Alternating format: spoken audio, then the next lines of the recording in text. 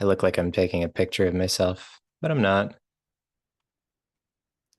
And we are live on the internet? Wow, what a Could special it be day. true? It is true. My Wow. word. My word. We're live on many platforms. Welcome all to Lies You'll Enjoy, an indie tabletop role-playing game stream where we play the games. You watch them. We are in the middle of a campaign of a game called City of Winter.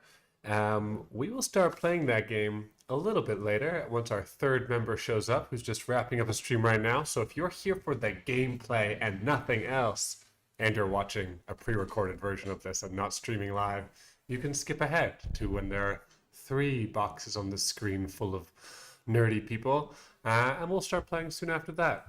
If you're watching us live, you can't skip ahead.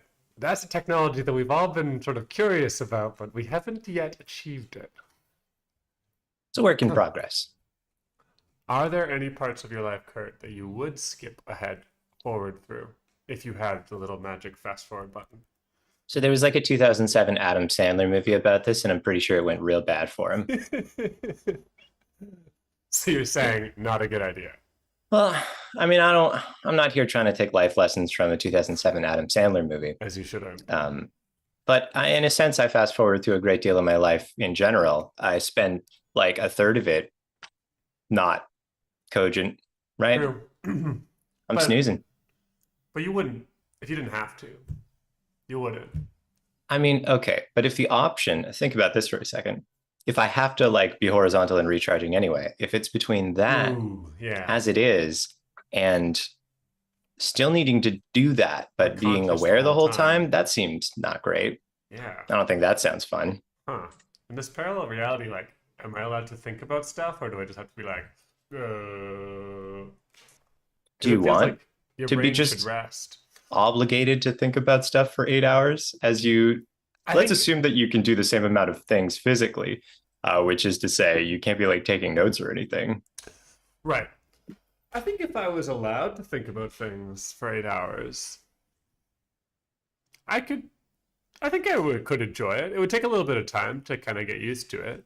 But I think I could have a good time just thinking, telling Just myself little thinking. stories, solving You know what? problems. Now that I think about it, you are not a good person to ask about this because, folks, Anthony has spent an entire, like, gosh, how long were you there? A 10 days days. long process, simply like sitting in silence and meditating Yeah, I went with on a a group of people. 10-day meditation retreat a couple years ago. Silent, completely silent.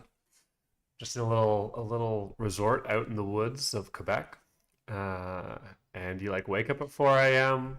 and you just meditate for 10 hours of the day in like hour and a half to 2 hour blocks. And then you have other blocks where you can eat, very exciting, very different. And then like a spare hour in the middle of the day where you can either rest or do chores. And the wild thing about like what happens if you remove all stimulation from your life is that, man, was I ever excited to do chores. I cleaned the bathroom that was outside the main meditation hall, and I was just like, I was so pumped to do it. It was like highlight of the day. I was looking forward to it.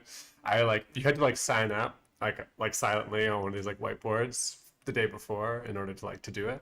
And like ostensibly it was like we're all signing up to do our part. But I would I'd like start checking early in the day to see if anybody had signed up for tomorrow, and I tried to be like nice and not jump on it right away. But by the time we got like past 4 o'clock, I was like, "Well, someone's got to sign up. It's good. I guess I have to do it." Treat for A Anthony. little treat for me. So a fun insight into the mind. Dopamine starved, waiting for anything. Literally anything. It was good though. I mean, like crazy to. I feel like sometimes, when you're in the middle of it, it's hard to know that your brain cannot be like addicted to all the like stimulation of the modern world and our phones, etc. I could just feel like this is just normal. I'd always want this, but like coming out of that retreat, I was like, I don't know. The silence didn't bother me. Like long waiting where you might like check your phone was not an issue. I'd like go on runs and not listen to anything, which like for pre-retreat me would have been like an insane thing to do. It would have been so horrible because like you're like going through physical discomfort and you're not even taking the opportunity to like hit yourself with some dopamine or distraction. Now I But noticed that that's past tense. It faded. You yeah, now you want yeah, that running accompaniment again. it's true. Gotcha, gotcha. It like lasted until I hit a point of time where I was like felt very stressed and nervous, and then I got reset. That seems fair enough. Yeah, but also interesting, I think, about like what are the forces that drive at least me into this sort of state of needing, constantly needing, hungry ghost, wanting things in my life. Sure. Yeah, Makes sense to me. Sometimes it's hard not to fill space, especially since we have been trained as streamers to not leave dead air. true. I met up with two other people for a role playing game campaign session zero in real life on Sunday, Cool. and I had I had a conscious thought: I must not fill the air with a constant stream of babble. I have experienced this after streaming with you guys, especially playing like online. Uh, I get this feeling that you just like have to constantly be saying something, which is actually a pretty obnoxious trait to have when you're playing with real people. It's not great, and I know that I have a natural tendency to do it as well. Um, Years ago, when I first moved to this city, I knew essentially no one. I knew one person, and that person did not make time to see me. We didn't know each other well, but it was like, oh, okay, well, I know one person. And the reason that I had moved to the city, education, that hadn't started yet. I mean, I'd started education. I wasn't 3 years old entering junior kindergarten, but this particular course hadn't started yet, and so I'm there, and I don't know anyone, and there's just this gradual building in which I just fill more and more with like thoughts that I have failed to put anywhere. And by coincidence, a friend from out of town was visiting with a new boyfriend, like maybe a week and a half after I'd moved there, maybe 2 weeks, week and a half. We met, we were talking over coffee, and I just kept talking, just like an endless tumult, a torrent of words and ideas that had just built up inside my brain and needed to leave to someone who cared a little bit. And that was not ideal. So it turns out that's what happens if you put me in a social environment where I'm not actively engaging with people. I just like it all just enters the queue, and then there's a long queue. Oh wow, and off it goes. Interesting. Do you have this contextually with people? Like, are there like certain people that you feel comfortable talking about like certain topics, and so then if you don't see them for a while, you like have to do a like a particular topic wise brain dump? That's a really interesting question.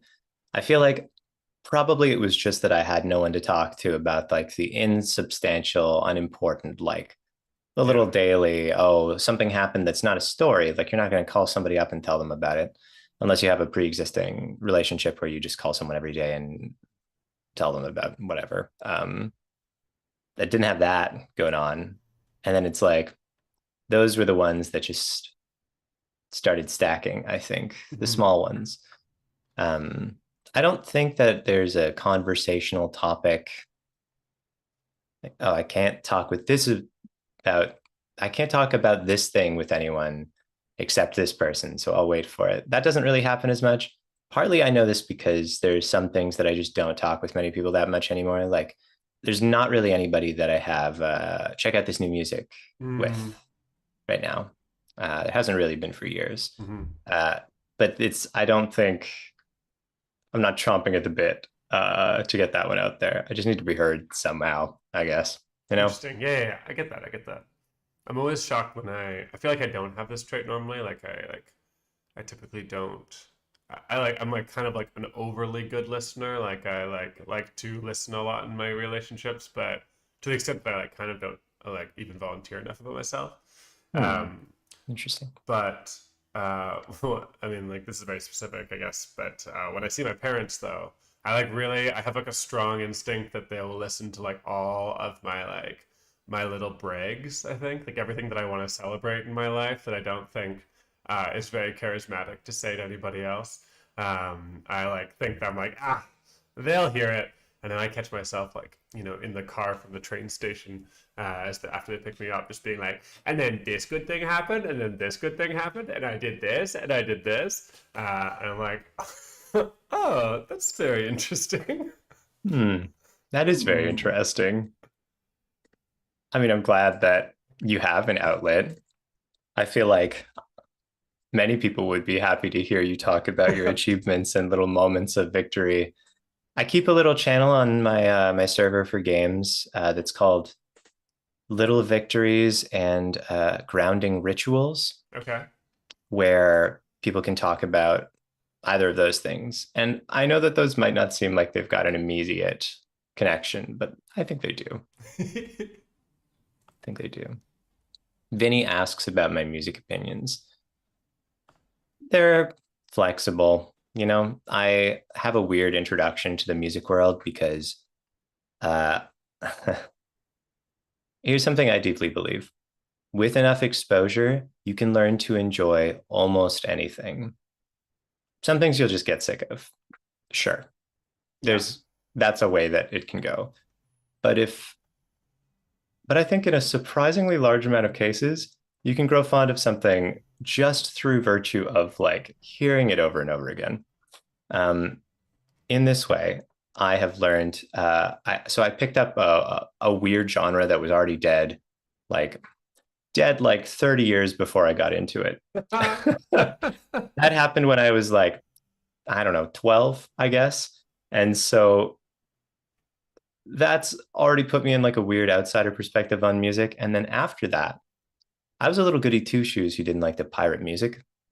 Oh, But I also interesting. didn't have I didn't have a job in high school. I was just doing my studies full time. And I remember that meant that I wasn't like flush at the local music store. And for anyone who's under 25, uh, the only way that you could like listen to new music at this point was through buying the CD or buying the MP3 or purchasing access to this music. So what I did instead was there was a blog. There was a blog about free music at a time when it was subversive for that to be a thing. Because it was early enough in the online space that the concept of free music wasn't really very established. This was like pre-YouTube.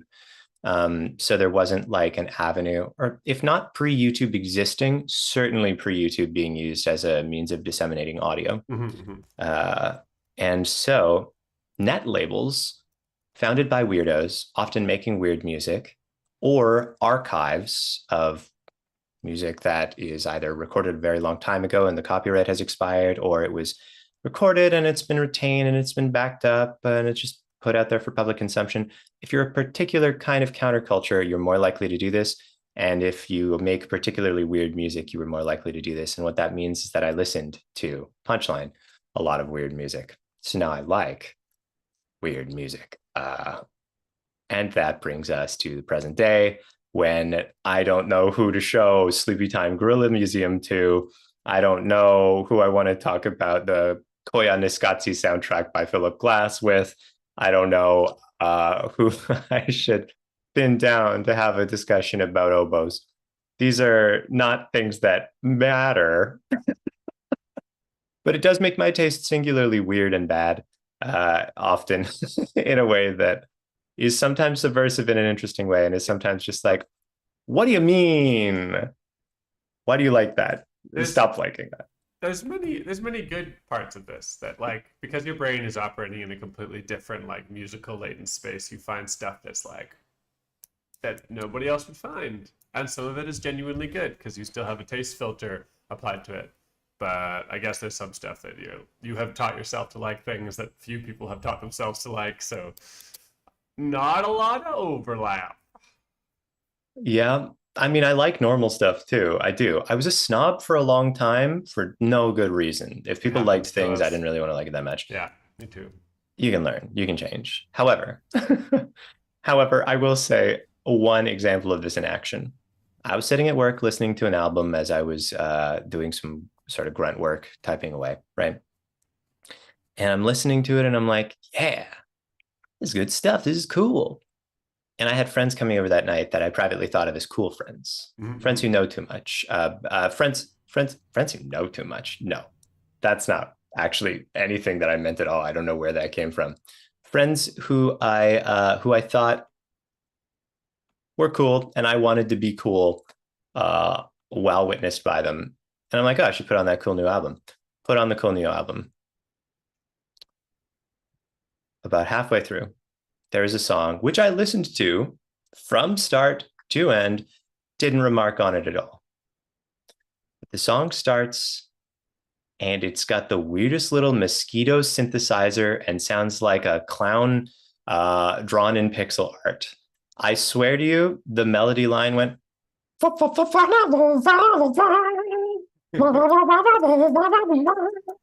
And there's like oomping in a sense. It's truly impossible to describe how bizarre and circusy this music was. I can link the artist. And here's the problem. Obviously, I get immediately roasted. It's extremely funny. I tell them, oh, I didn't even register how weird this is. I probably tell the same kind of story that I just told. But over the following like weeks, as a lark, as a gag, I put on the song a few more times while my partner was there. And I'm sorry to say that we both do unironically like the song quite a lot. That's all it takes. You have very specific music tastes, and I couldn't describe it, but I've correctly pegged it before. So tell me and the audience what that means. What do you listen to? Why? What makes it specific to you? Because I know there's Mm. something. I mean, the boring version is that I just like indie pop. And that's a pretty good description of what I like in general. But there's some color to it. I don't know.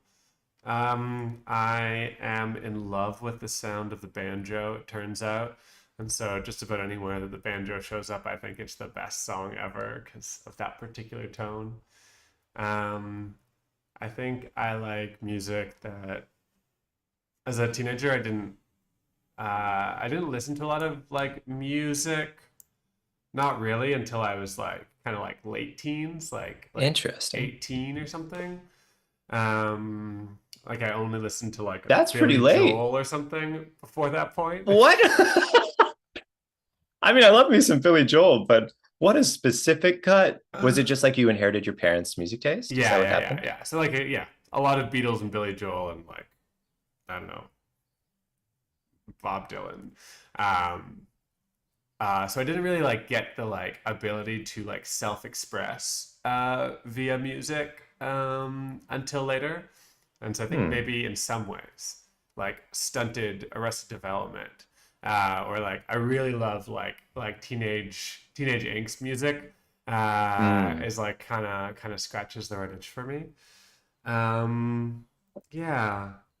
One time I heard the end credits of the series of unfortunate events movie that had uh, Jim Carrey? Jim Carrey in it. Yeah, that's right.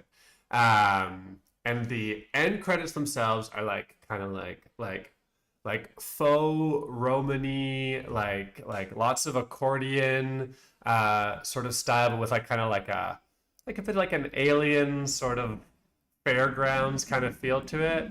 And I became Sure. completely obsessed with that because I was like, oh, this is it. This is like the sound of music I've been waiting for. This is the genre that I always wanted to listen to. But it's not a genre. Not really. There's like other music that like of course it's inspired by, but I don't like any of the like actual like kind of like well, sort of like Romany inspired folk music or like European folk that it's like descended from.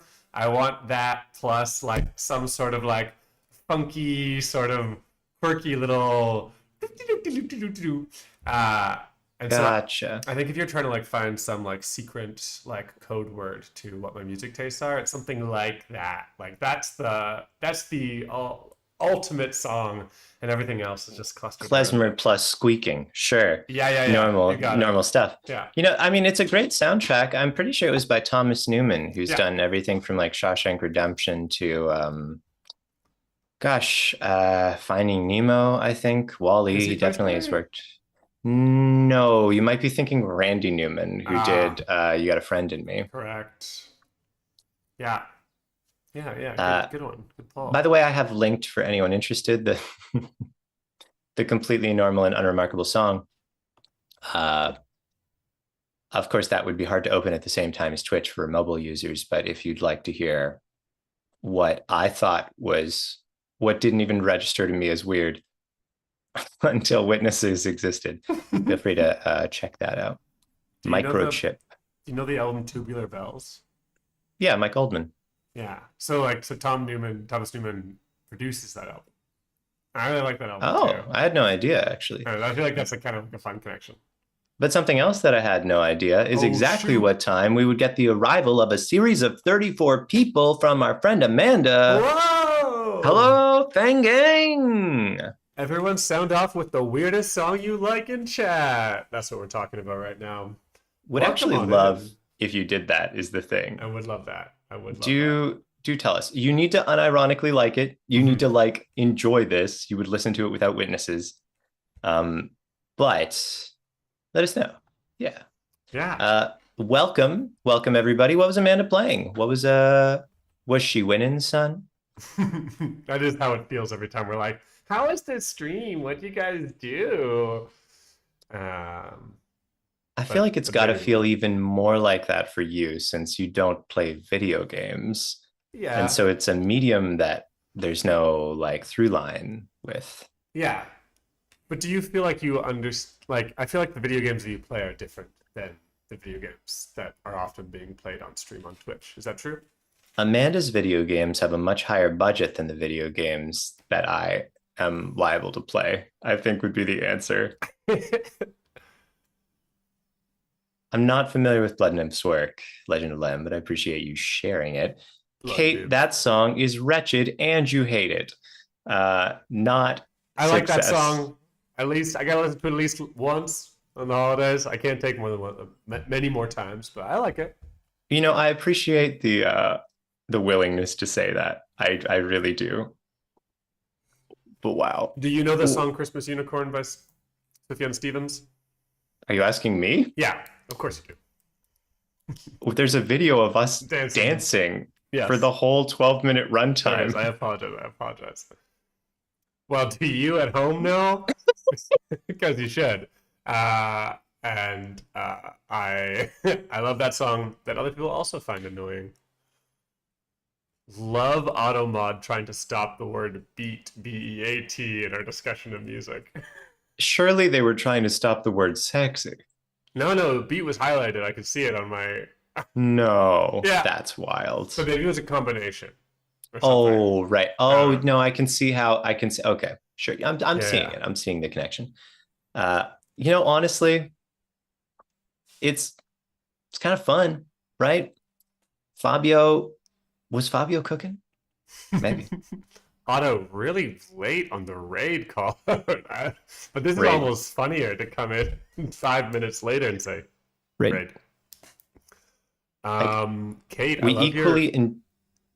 Oh, I love the commitment to be watching this stream with the last percentage on your phone battery in a power outage. We're very touched. Critter Nation, I think sexy beats are fine. I think if you shaped them just right, you could definitely get a little statuette going because they're firm before you cook them. There's stuff to work with, that's a sculpting material. Beat sex toy thoughts brought to you by Kurt Ruffling. Thank you. Well, the Kurt. problem, you would have to use a golden beat or like a candy cane beat because if you used your standard issue beat, you would look like you were covered in, like you'd murdered that day. But you hate to see it. I like when we No, asked what happened in the stream, and Rob, you just said Marvel Marvel stuff. You stuff. know, I don't know what it was. No, I don't Some know. Marvel stuff. I Commander saw says Spider things and Man. we go, all right. I guess it's Marvel stuff. Kurt, you mentioned earlier that you started a session zero with some friends on Sunday. I But did. what game did you play? What's going on in your personal RPG life? So it was one of the ones that we were considering as one of our campaigns. In fact, it was pitched at the same time as a campaign idea. It was pitched at the same time as we pitched City of Winter and Yuzeva's Bed and Breakfast. Mm-hmm. So this is the third one, which we didn't play, which is a game called Archipelago. Ah, yes. Archipelago is a game in which you're building a kind of grand connected world. Different people have different control over different setting elements. And honestly, we spent most of the time just drawing a big old map. We drew a map, we put a bunch of locations on it. I've got it in the other room, but it's a map and it's fun. What happens There's, after the map phase of the game? it's neat. So at the beginning of every session, each person writes 1 to 3, depending on player count, 1 to 3 like destinies that another person's character will experience. Something specific that will come to pass. It's a Chekhov's gun of sorts. It might be your partner will die of a plague that sweeps through the city. It might be you will achieve your station as the overseer of the marine habitat, whatever. It's genre agnostic, so it Uh-huh, could be about uh-huh. anything. But you pick one among the destiny options you've been given, and you proudly display it in front of you, and everybody plays towards it so that it happens. And when it happens, it's exciting and neat and cool. So, that's neat. Cool. That sounds I'm so really stoked about fun. that. Yeah, yeah. So I'm excited. I think that's going to be good. We have another session next week, so That's should be fun. cool. And there's no GM, so I don't have to like Prep. prep anything. Is this the do you have any other like role playing games ongoing in your life besides this Monday stream and that Sunday thing? I have off and on, but I try not to have more than like one thing that's not this going at a time because I can only like live through so many ongoing obligations before I'm like I am burdened. I Yeah, cannot I cannot do anything no, for sure. anymore. Yeah, yeah. Some friends were inviting me to join one of their games, and it's like it's just once you have one thing that happens every week, it's so hard to have two things that happen every week, especially both in the category of like sit at table and tell stories, play games. Hmm. Yeah.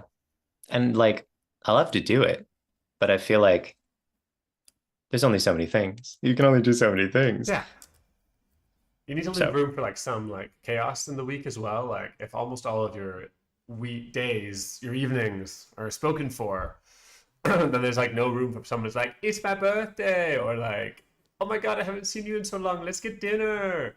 And those things are deeply life giving. So you kind of do just have to like leave wiggle room for it to happen.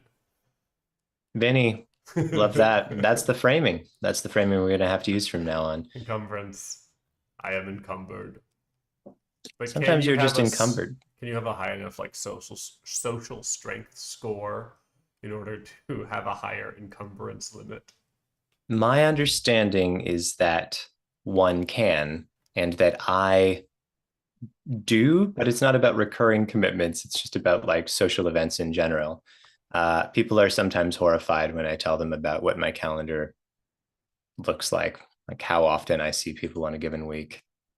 Because you have like a lot of are these all like recurring things or are they? No, no, I don't think it needs to be recurring things for people to go, no, God, no, no.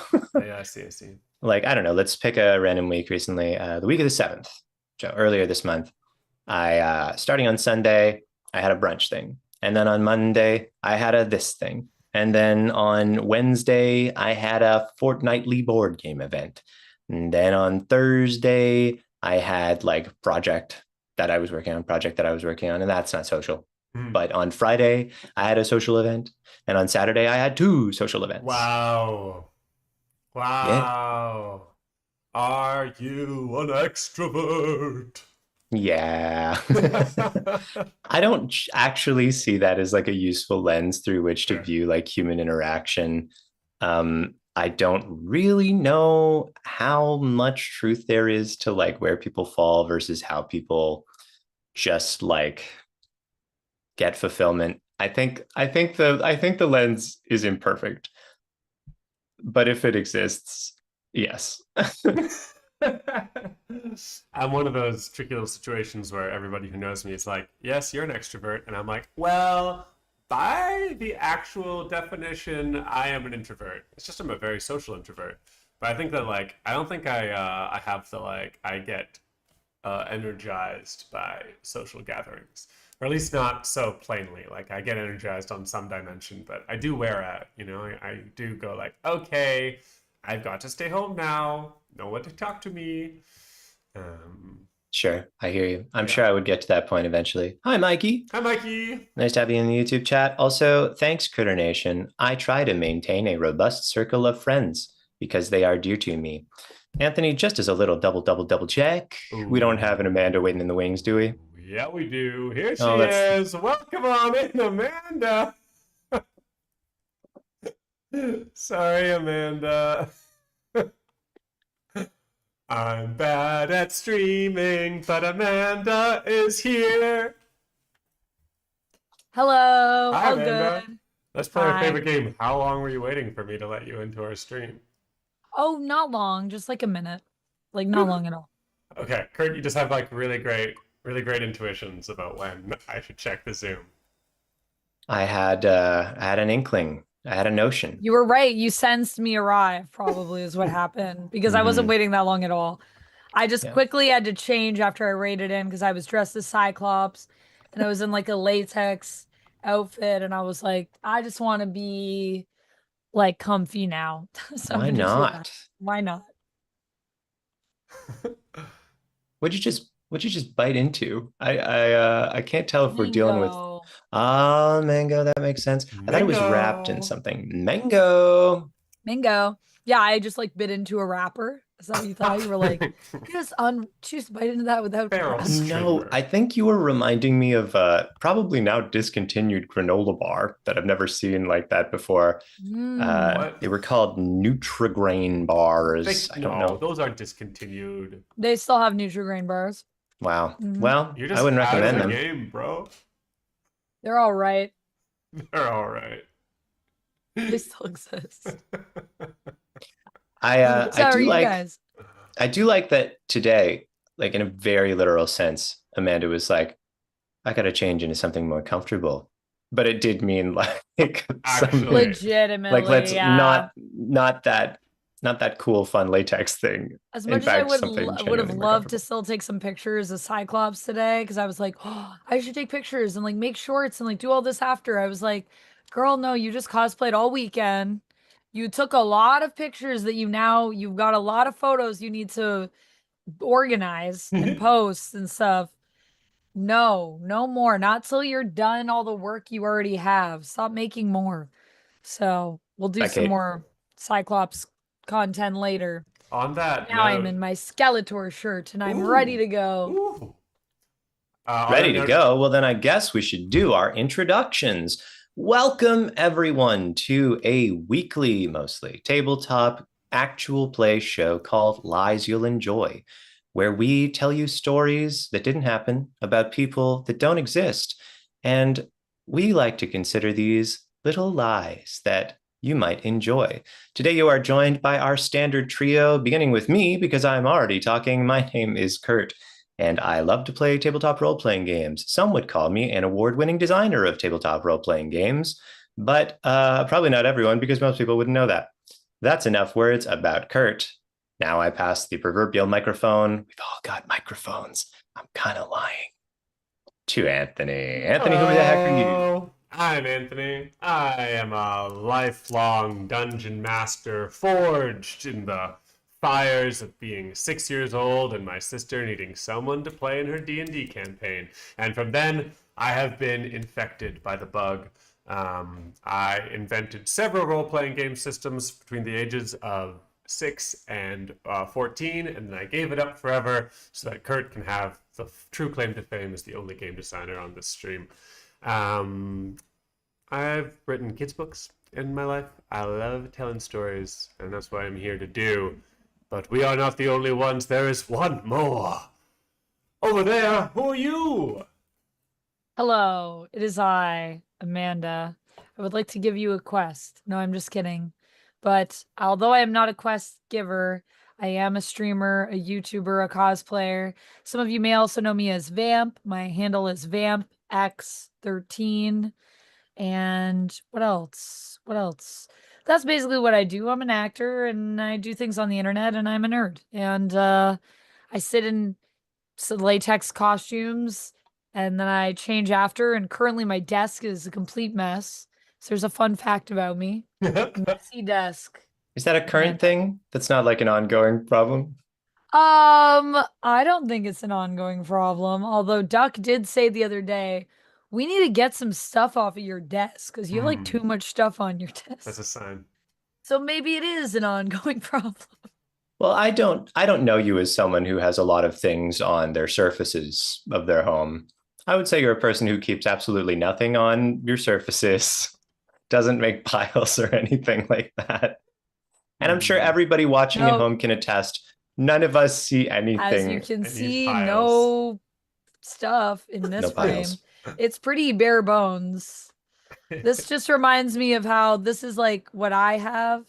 And back when Anthony started streaming with us, we all started streaming together. Anthony just had his one broom in the background.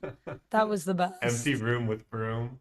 Yeah. It's like we're opposites, except not anymore. Now you have like a little bit of dare I even say a little bit of like decor. Wait, there's I like even have little some games RPG. stacked up. Yeah. I'm getting more Amanda-like with time. We added the game Fort back there in case anyone's a fan. I like it. Good game. We're gonna be playing a game today that we've played many times before. It is called, well, how many times before? Like 10 times before. 10 times. This is 10 times. That's a lot. Yeah. It's a lot. And it's called City of Winter. Should we talk about what that is? You sounded like you lost interest immediately. And it's called City of Winter. In City of Winter, we play as a family. I think that's fair to say. Yeah. Sometimes a found family, sometimes a biological family, and we are all finding ourselves sharing and witnessing traditions in a place called the City of Winter. Most recently, we find ourselves on a new place that we have migrated to called High Lake, perched above, almost upside down from the City of Winter, far below. Now, as we go through this story, we're going to be taking turns, introducing a scene, sharing a little bit of our characters' stories, and showing each other and you along the way glimpses of what matters to our characters, what makes them who they are, and how they settle in and change and adapt in the constantly moving cycle of the people they meet and the places they go. We are going to be playing today on the same screen top application as we've been playing for the rest of the time, but today is a little tiny bit different. Why is it a little bit different? Why? Because the rules are slightly different. Why are the rules different? Because we've been getting them ever so slightly wrong. It's only 11 sessions in. It's not the worst. It turns out when there's multiple symbols at a location, you draw a card from every deck associated with that location. And then you choose one. Or you let multiple inform. We knew this. That's only slightly wrong. Time. It's only slightly wrong. So wait, did we start doing it right? And then just somewhere along the way, we were like, this is how we're doing it? Yeah, there was a stretch where there were only like one symbol at a time for a series of locations. And so it just kind of fell to the wayside. But I thought that for the purposes of our present audience, I might as well tell you all, you've got a little bit more choice than we've been portraying in the last couple of sessions. I like that. I know this because the game's designer told me so. The game's designer also told me, hey, Kurt, you know how some things couldn't rotate? I fixed that, and now they can. And so now, if you start a new game of City of Winter in this beautiful digital application, you will be able to rotate everything you want. Can we? No, Wow. because the game's already started. We'll just have to rotate our view, and that's fine. It That's was almost cool. 100% ready anyway. But if you start one later, by Jove, it'll do whatever you need it to do. And isn't And that something we helped special? to inspire that That change. change. That's cool. The game has changed us, and we have changed game. Yeah. How And beautiful. this is cool. Okay, wow, I like that. That's a good rule correction. That's gonna be really fun. So now we get to pick things. Now we get to pick things. You want to talk about who our characters are real quick before we do that? Can't Sure. hurt. I play an elder character named, that's right, An actual That's right. elder now? an actual elder now. My character has been played from birth Right. to, well, from like 6 years old to now entering elder status. So like a young old person, what that means, variable. Apricot. Apricot is the mother of one of our characters here, whose name is Acorn. Apricot spent most of her life getting to the City of Winter, and then has spent the last couple decades of her adult years learning to live here, what it means, the cultures of this place, the traditions, and now finds herself somewhere that feels oddly familiar and yet totally new. That's Apricot. Who else we got? I'm going to be playing Acorn. Acorn is now a young adult. She was born in the neighborhood, the region, let me show you, of the Holy Well. You can see it upside down right here. A place where the veils between the divine and the terrestrial are thin. And perhaps, as a consequence, her childhood was filled with prophetic visions, knowing things that she shouldn't know, particularly stories of her aunt's Stone's life, visions from the past. A character that was played by Amanda. But in her adolescence in the Drift, she's tried to return to the terrestrial realm, just become a normal kid, looking after her younger sibling Onyx, who you're about to meet, and her mom, Apricot. And now she finds herself on High Lake as at a pivotal time in her life. And that brings us to Amanda's character. I am playing a new character. New character alert. Played them last time. My character previously, Stone, was here for the entire campaign. This is the first time I've changed. This character is named Onyx. They're a foundling of Apricot, they, them pronouns, an admirer of Acorn, and they are still fairly new to the world. But what have we learned about them? They did want to be a flyer in the sky, sort of patrolling the skies, and then they had a fall one time, and now they're afraid of flying. What else did we learn about Onyx? Onyx is kind of chaotic, and they're a little just kind of a mess. I don't know how to describe them. Whereas Stone, I feel like, was a character who was more, I'm trying to play someone that's really different. So Stone was more of this kind of keep to yourself, stay on task, do what's asked. Onyx is like the opposite, like go everywhere, do everything they want to do, and kind of just speak every thought and emotion that comes into their mind. They're not the smartest person, but they are a person. Wow. Onyx getting an Onyx. unbelievable Yelp review of a character summary there. I'm excited to discover more things about Onyx Me too. as Me we go too. through Me today. too. I really like them. That's not an insult to Onyx. I just mean Onyx is kind of just doing their own thing, and they don't really think too much, I think, about what people think about them. They're definitely not calculating, at least as a child, which is kind of nice. Yeah, and now they're a youth, so they might be different. We'll see how they change as they grow, as all of our characters I feel like have in this game, which is really cool. Great. Beautiful. Now it's time to Okay. play. Here we are in High Lake, a place that resembles a little bit of our ancestral home in the Riverlands, a place that none of us, the three of these characters, have ever really been. But it resembles home. One of us has to start a scene. We have a number of prompts of locations or moments to start a scene. We have balloons, the Winterwine Estate, beach house on the lake, Rivertown Bistro, in the company of nobles, and Thornrose Estate. Seems like a very different environment than we've been in recently. This feels prim and proper. Ha ha. Oh ho ho. Does anybody have an Who idea? wants to be Wonder, a person at Thornrose Estate, where I will take the first turn? Their name is Wonder. Their name is Wonder.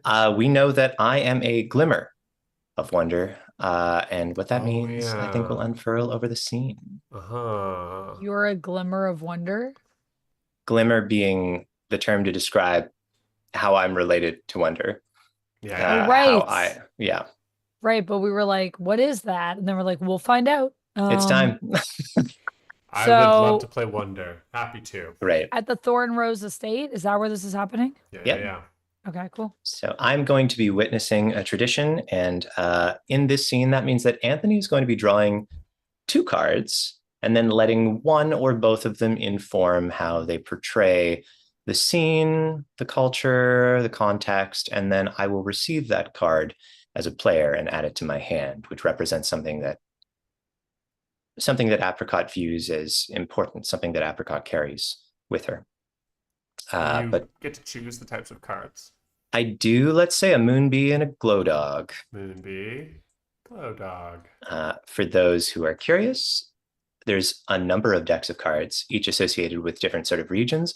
This particular region, it's only the new decks, the decks associated with the city of Winter.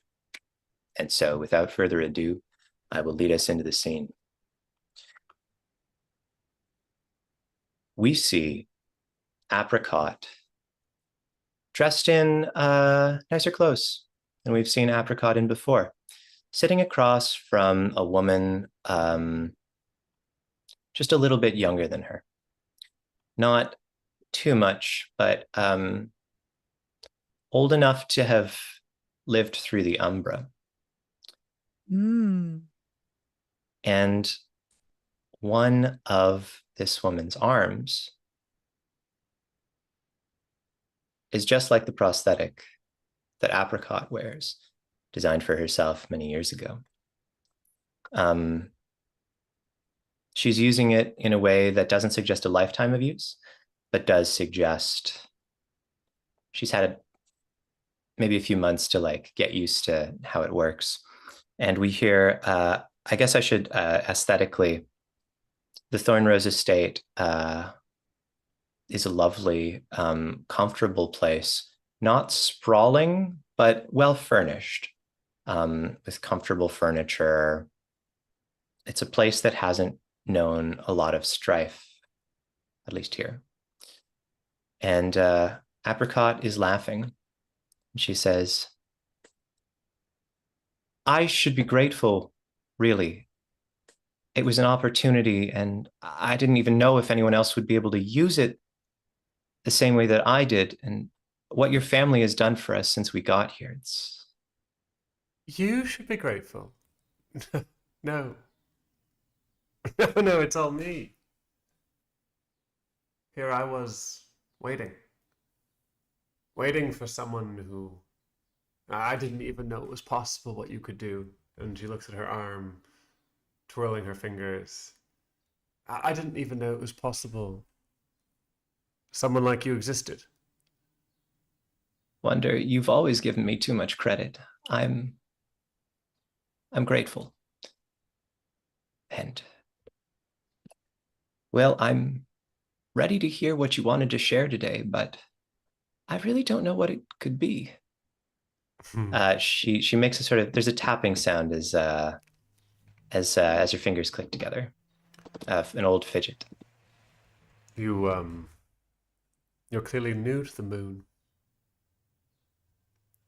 You haven't yet set foot on its surface, have you? Well, no, it seems I don't know. Hmm.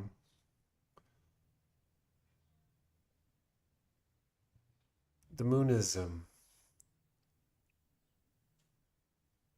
it's a place of harsh beauty, and it takes a good amount of resources to survive here. It's changed the people.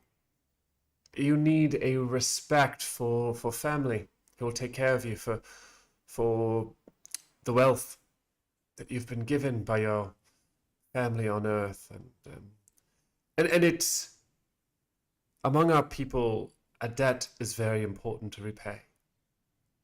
Without it, you cannot expect that. Well, everything falls apart. Those who do good must be rewarded. Those who help must be rewarded. That is how we create strong community here. And you, Apricot, you have done good. Wonder what is it I don't understand. Your family has been so generous. I don't know what you could be. We owe you a debt. For this, and for your kind teachings of my grandchildren, and for the beautiful mechanisms you added to the windows, and for your friendship, Apricot, most of all. Friendship comes with no price, Wonder. Not here. Here it must be repaid. I want to grant you something.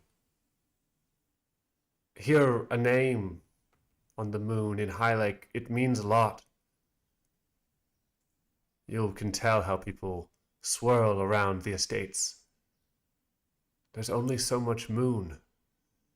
If you want to live here, you have to have a right to it. I'd like to make you, and your family by extension, a thorn rose glimmer. A little piece of our glow reflected in you. Just as the moon reflects the star, so you reflect our light. Acorn? Acorn will carry it? Yes, when you pass, you may pass it to a child of yours. When I named her, I thought of the trees that need so much space, even back home. There was something that was once said on the ships where I grew up. You can't, to raise a child in the air is to grow an oak tree in a thimble. And this is beautiful. I just want to be sure that there's space for them. If you accept this, Apricot, there will be space. Then I do. Nothing could make me happier, Apricot. She leans back in her chair. Ah, it's beautiful. The Thorn Rose estate has grown brighter today. It has grown more beautiful. Perhaps you'd, we have a cottage on the outskirts here that's, gone empty since, Mr. Gray has passed. Perhaps you'd like to move in with your with Acorn and your ward. that I would be grateful for. Um, Thank you. Of course. You're one of us now. A thorn rose. A reflection of them. And I think it's with that that we end the scene, with Apricot feeling both grateful and like there's a strangeness to having a root where there was no root before. I'm going to pass you the card, I My like it. Family's Debt. It's in the middle of the board. Oh. Ooh. Wow, I can't believe that was the card when that Mm. was what I served you as the opening to the scene. Yeah, pretty good, huh? What are the odds of that? Well, twice as good as they were last session. High time roll. And so now I just discard this other card, right? Yep. Yeah, it goes under the deck as always. Nice. And having done that little plot justification for our ability to live here, our eyes cast somewhere new to a scene as defined by Anthony. Ooh, cool. My entire brain is taken up with putting this card back. But now I am here again. Okay. Cool. All right. That was a very cool scene. Fun. A different I don't know. Felt like a different vibe than we have gotten in the past. I've been used to being only encountering ruffians, refugees, and thieves. It seemed like a spot to meet someone who wasn't those things. Yeah. Also, shout out to Lord Monk quoting Shakespeare in the chat. That's Love it. I'll pin the bard. Actually, I don't even know how. I think I can pin. Oh, I can pin most things, but this only to Maybe highlight. highlighted messages. Only We to can't highlight, not to those. pin. Yeah, because we can't pin highlighted messages. You But can't thanks for the pin highlighted highlighted message. Wow. Also, Time Roller, welcome in. Hello. I'm just gonna follow on where we've been before. I'd like to go to In the Company of Nobles, and I would love, Amanda, if you would come with. Can I bring Onyx with me?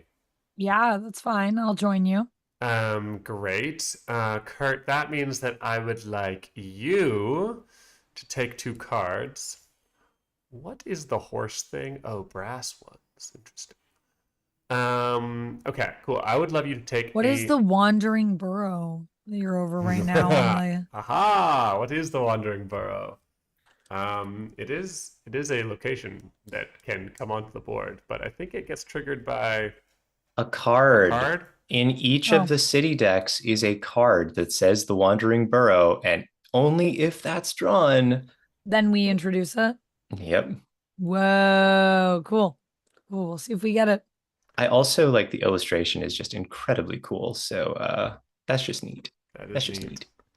Are you sharing a tradition or learning about a tradition, I'm Anthony? going to learn about a tradition, and I'm asking Kurt to take a brass one and what are these called? Moonbees?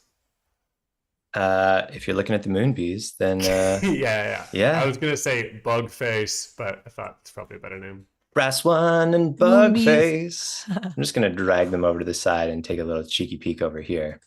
Y'all won't look. Oh, that's the bug face. I see it. It's called Moonbees.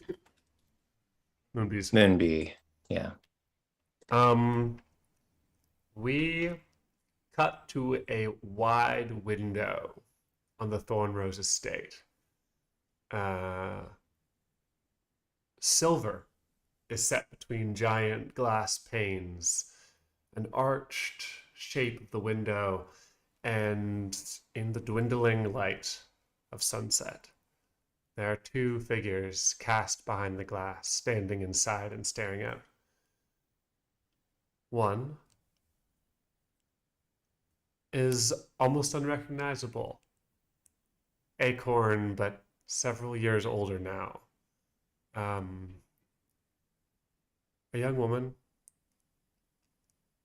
Her hair has grown out, and uncharacteristically, at least from when we last saw her, it is straightened and falls in an orderly fashion down the center of her back.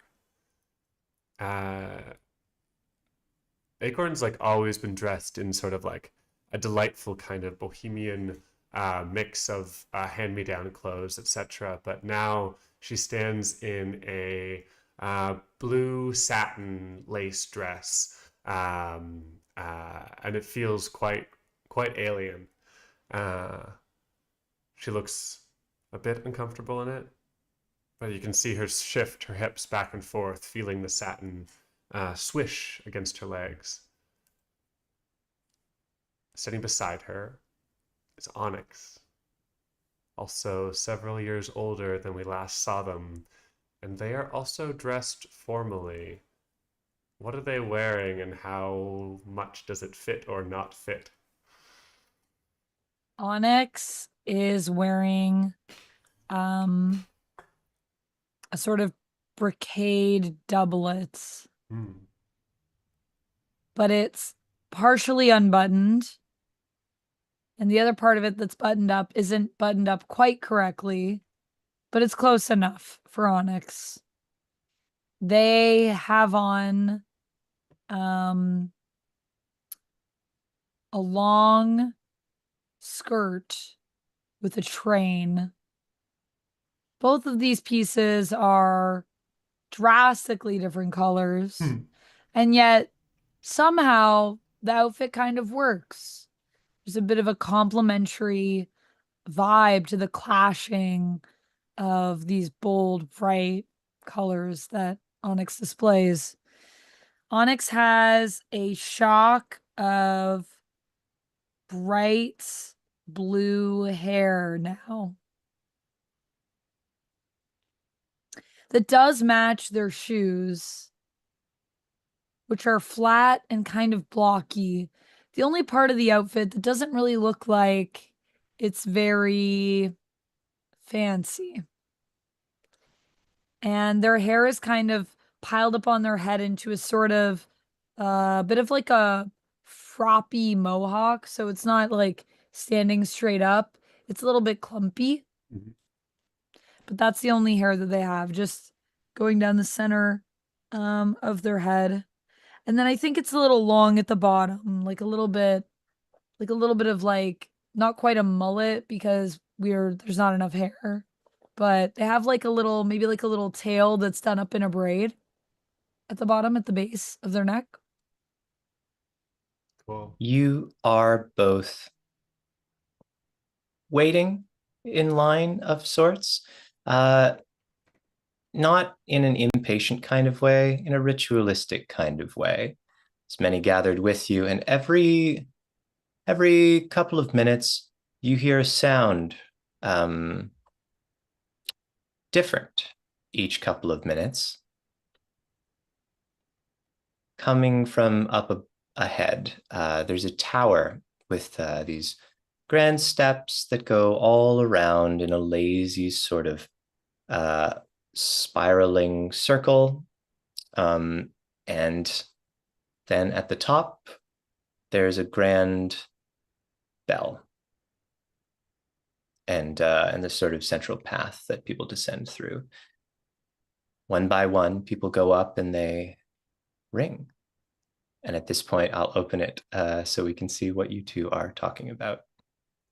As we stand in line next to the window, uh, I glance at the bell and the line ahead of us, and then out the massive spreading plains of the estate that we're sitting on.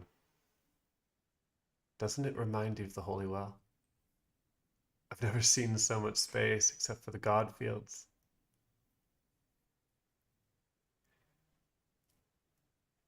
It's all right. It's kind of too much space, if you ask me. But don't you think it'd be a good place to catch shooting stars? There's so much place for them to land. Mm, I guess. Do you want to catch them shooting stars? Mm-hmm. Have you ever caught one? Yes. For real, for real? No, but I Mm, mean, do you think this is real? And she reaches into her dress and pulls out a thin chain on the end, a pastel pink shape of glass, like a piece of glass cut into a star shape. Does it look real to you? But how do you know it's a real star? One time it told me that in the heavens, Yeah. they're little airships that move between the stars. Are full of demons and monsters of all sorts. They're tourists.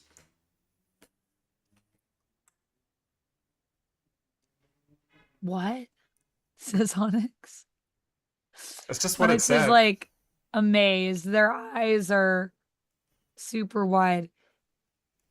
Can we catch demons? Acorn's lost interest. What do you think the bell is going to sound like when you hit it? There's a young man in front of you whose ears, I think, sort of perk up as you say this, and he turns around and says, "No, you have to keep talking about other things. I'm too nervous." What are you so nervous for? What if it sounds wrong? It's your sound, and if it doesn't sound right, Well, I don't think you need to worry. I mean, Onyx is going to sound like a fart, so you can't do worse than that. Hey, it's not gonna sound like a fart. It's gonna sound like clunk, clunk, clunk. That's what you want I it to sound already like? know. I don't know if that's what I want it to sound like. I guess so. I think that's what it's gonna sound like, though. I bet yours, and Onyx points their finger at this person who has inserted themselves into the conversation. I bet yours is gonna sound like tra la la la la la la. you can tell that the young man you're speaking to isn't sure whether that's like a funny thing to laugh along to or if you're taking the piss. And so he's like, he's smiling, um, but there's less of a scrappiness, I think, to this young man. He has not faced the ordeals of the strange spacey life that you've led. Uh, Realizing the sort of discomfort here, Acorn sort of like grabs Onyx's shoulder and very quietly, "Be nice, okay? I am being nice. I'm being very nice, says Are Onyx. you? Do people really care what the sound is?" People care about what their own sound is. I don't think people care what other people's sounds are. Huh. Well, then why do you worry about what other people think about your sound? Because no one's going to think about anybody's sound. Probably, right? Well, have you ever looked in the mirror and thought that it wasn't quite right? Or have you ever, I don't know, looked at your mom and dad and then thought that you looked so different or you acted so different from either of them? And what if it's like that? Just not right. Yeah, like when you like think about your name and you think this name doesn't even belong to me. I got the wrong one. Nope, I've never thought about that. I look in the mirror and I think, yep, that's me. And I don't have a mom and dad. I never had a mom and dad. Well, Onyx, what? it's not I true. haven't. Well, I guess I have Apricot and I have you, but I'm just saying that uh I don't have a mom and dad like other people have. So I don't really worry about that. I just think, goodness, I'm glad that I'm alive. And then I am alive, and it's pretty good, to be honest with you. I would With that recommend that. statement, I think it's been enough to like calm calm this young man down a little bit. And before you realize it, you're essentially at the top of the Wow, staircase. He's that he's was next. fast. Whoa. Well, Good good luck. luck.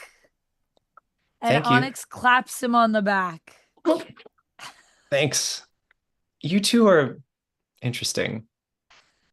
Um, Stop by Glimmers.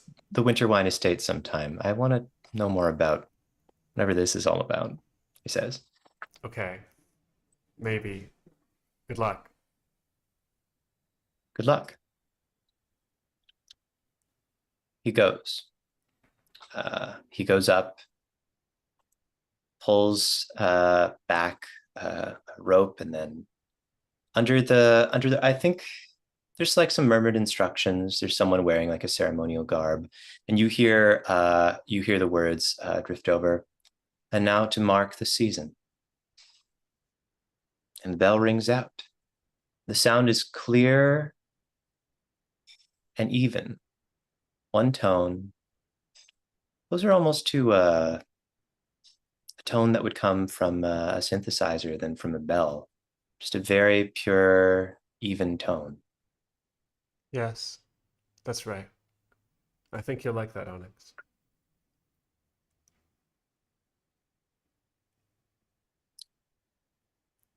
And which one of you's up next? I ask out of character. I think I'll go first. As You're I'm, older than me, so I take a couple steps forward and turn Brat back. And Briar, Onyx. Don't forget Briar. He oh wants to be yeah, your and dad more than Briar. anything. Right. He's not a character in this game that we play, so I forget sometimes. Sorry. You're so weird. Wish me luck. Good luck. You got it. And I step onto the stairs, closing my eyes as I trace my fingers up the wall. Not needing to look as I step up the stairs and just centering myself. I've been hearing the sound in my head for weeks. Every night when I go to sleep, I get to the top of the tower. I look at the attendant. And so, as winter turns to spring, to summer, to fall, back again, we ring the moon bell. I grab the mallet. Take a deep breath and swing. And I think as it strikes, there's the unmistakable sound of a long, slow exhale of breath. Shimmering silver, a sigh.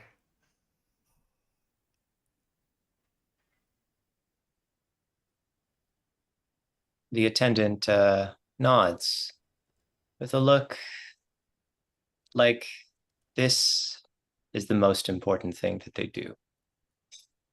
Make a little note. Unclear if it's official or for their own interest, and then gestures towards the descending path.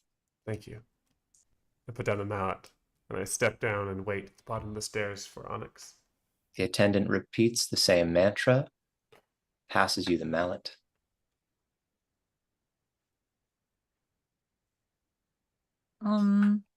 What does the bell look like? It looks very circular, like almost like one of the little tinkling bells that might be worn on an elf's boot, but then so much larger. I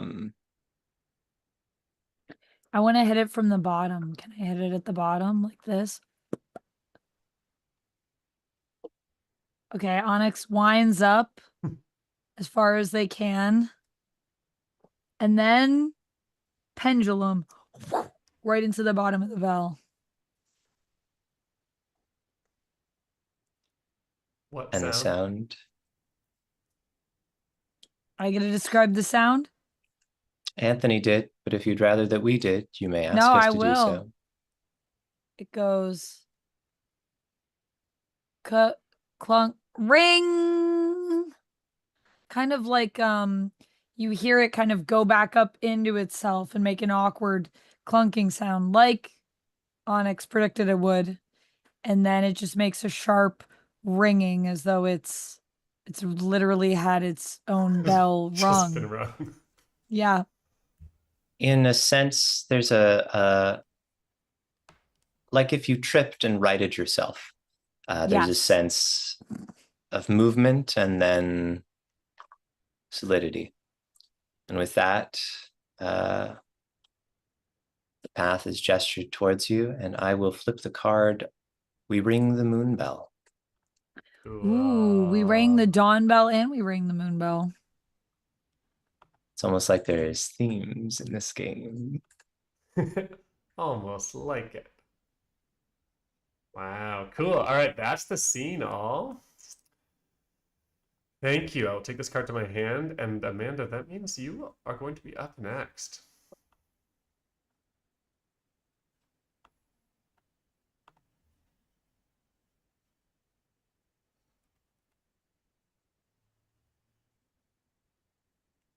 Uh,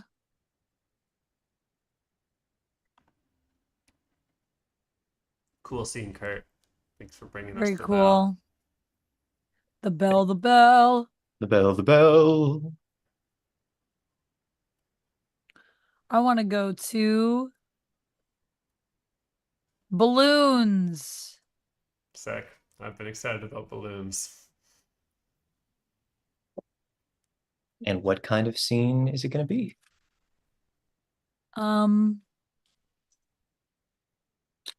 I want to learn about balloons. Will someone teach me? Something about balloons? Sure. Yeah. Will you Yeah. teach me about Who would you like to balloons? pick up some cards? I think Anthony, why don't you pick up cards? Okay. And Kurt, do you want to come look at balloons with me as As Apricot? Apricot? Sure. Why Okay. not? Which of the We're not in the balloons. We're looking at them. Well, we're at the balloons.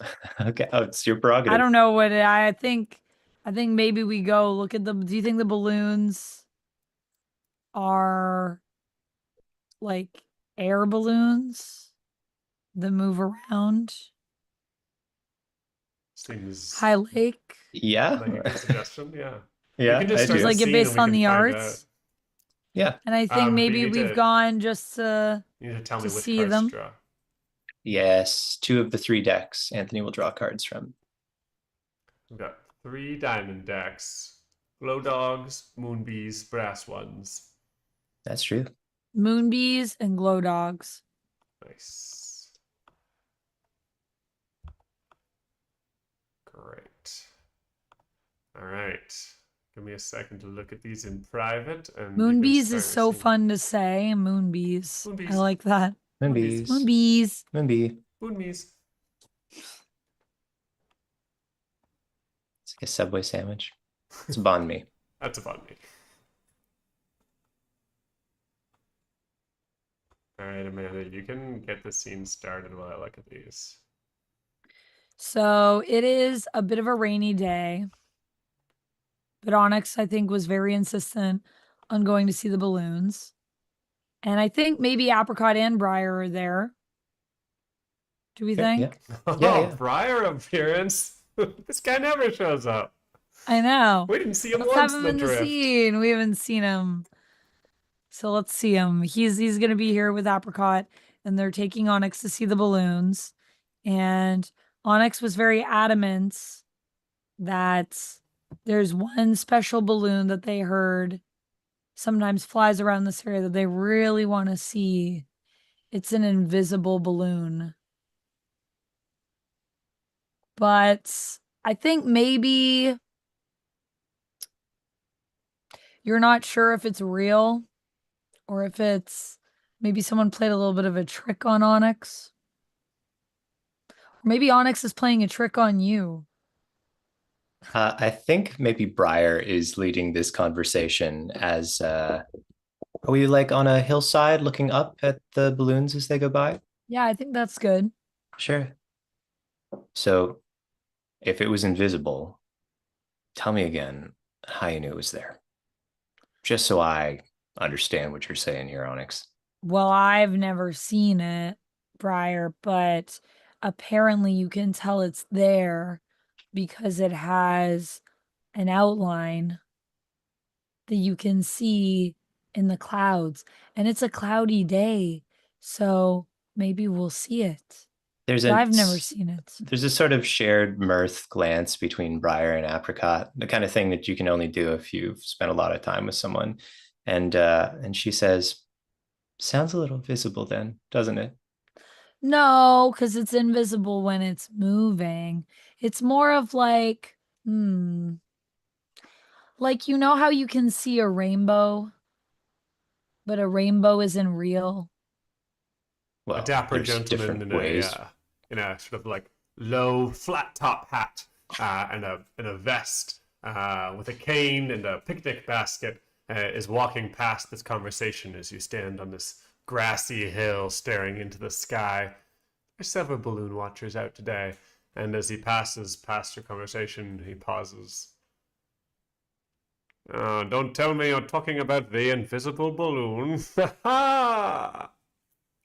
I am talking about the invisible balloon. How did you know? Do Yeah. you have food in that basket? Can I have some food? Onyx. What? Which one of those questions would you like an answer to?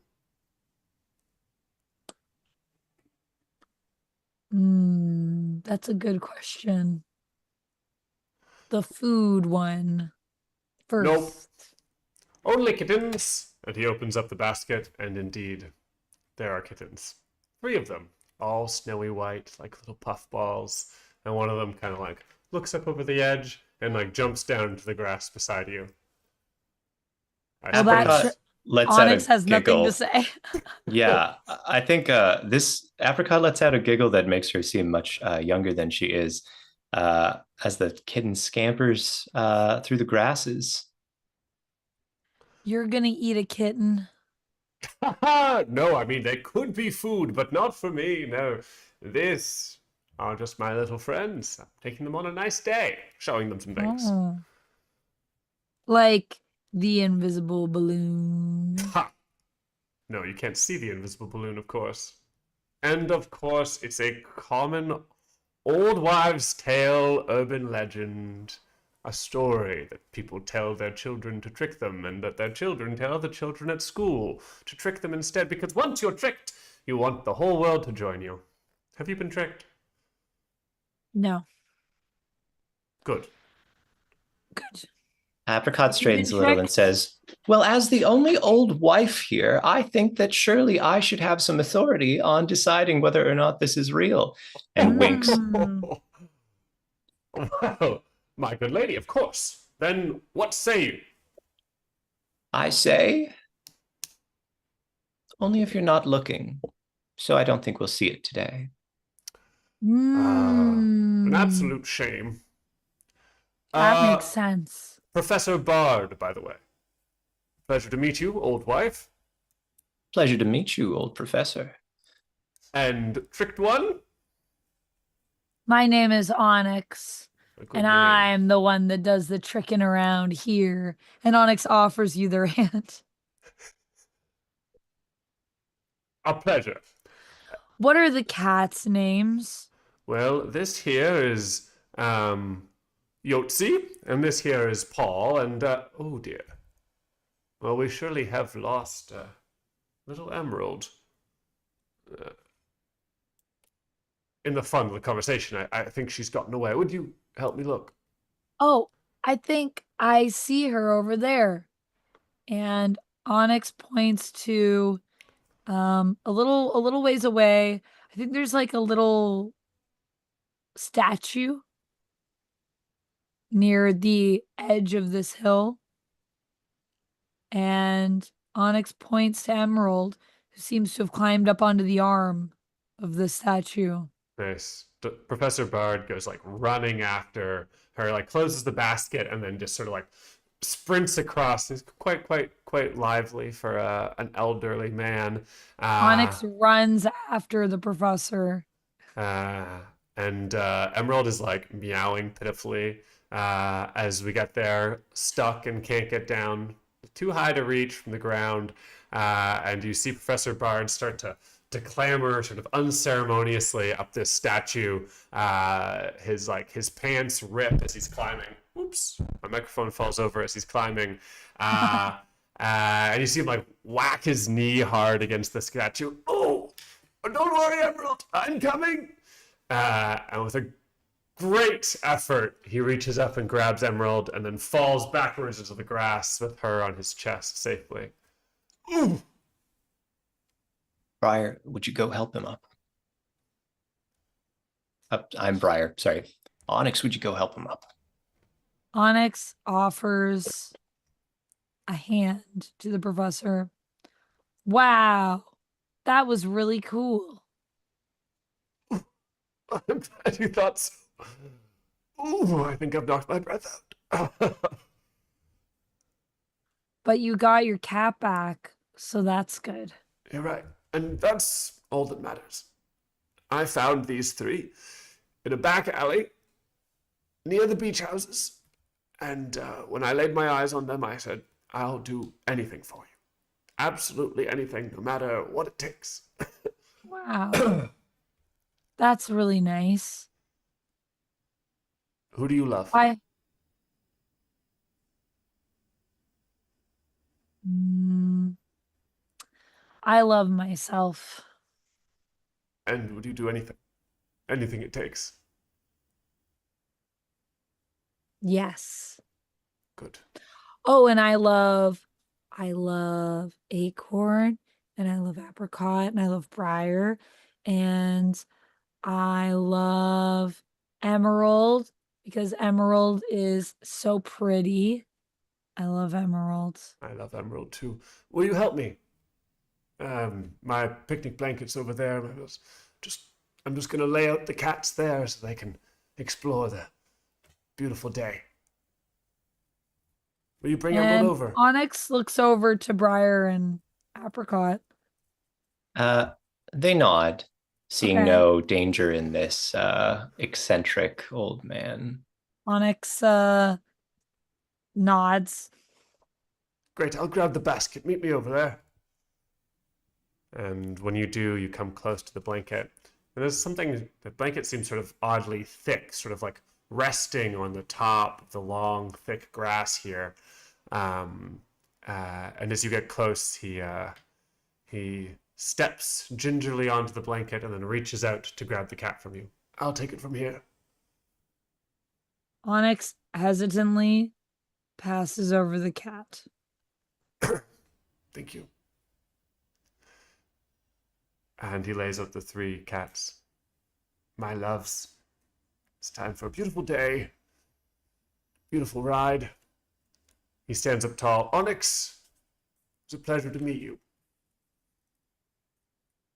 And you, Keep Professor. loving, and yourself and all the ones you love, and definitely don't believe everything that you hear.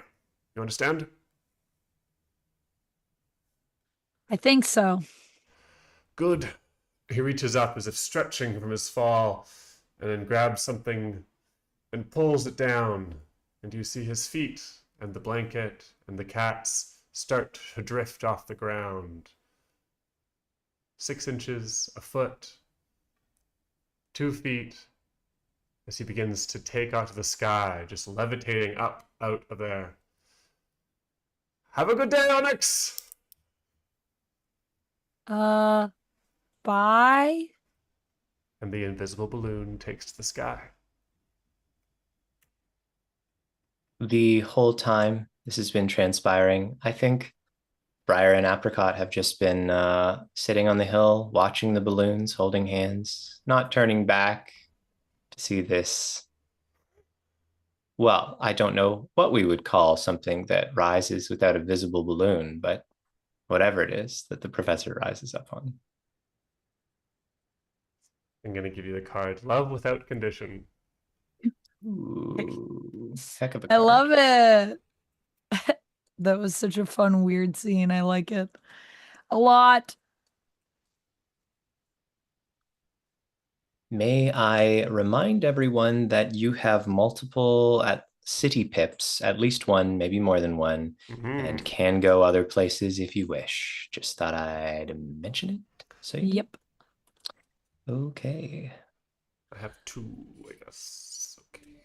You do, I guess. You can go far. Well, it's actually not as far as You can go wide. Well, you can go further than me. I only have 2 one. places. Because of the having to transfer lines across the pit.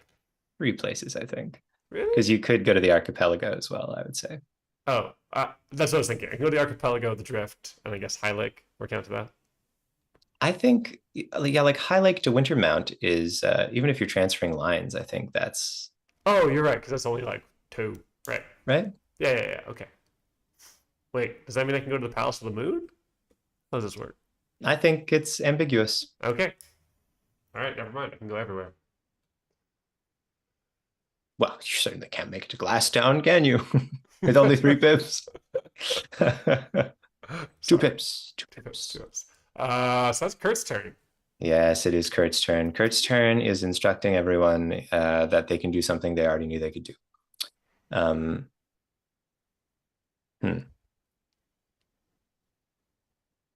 Okay. See, there's a lot of fun things out here is the thing. Yeah, I always am hesitant to go other places because right here is pretty good. And we haven't been here yet. It's true. So as it so often is, it's true. Okay. I think I will do a scene on the lake, or at on the lake.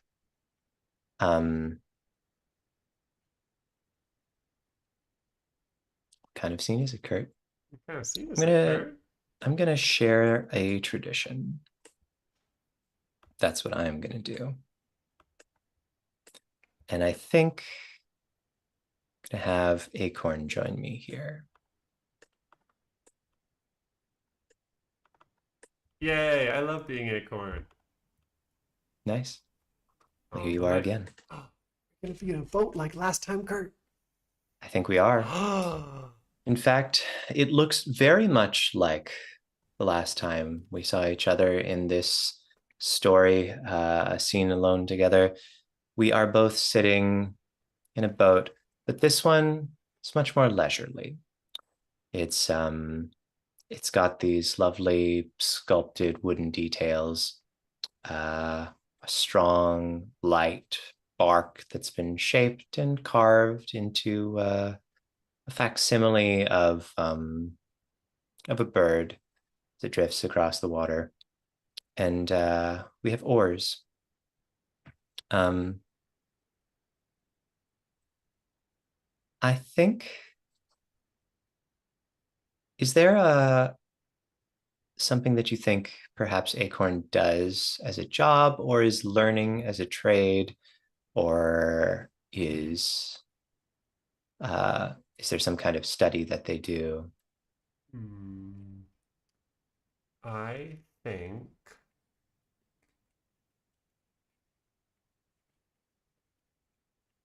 I think she has taken up studies with the other young people at Thornrose Estate.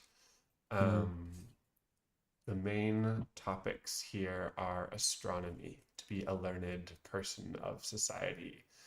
So that's a lot of the classes. There's some singing and art as well.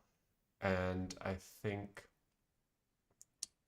Acorn has been taking to the dancing uh, quite a bit.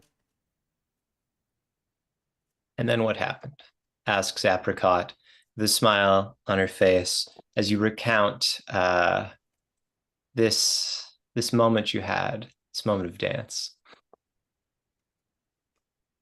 It was I was just I had seen Acrolite finish her dance, and you know how I feel about her.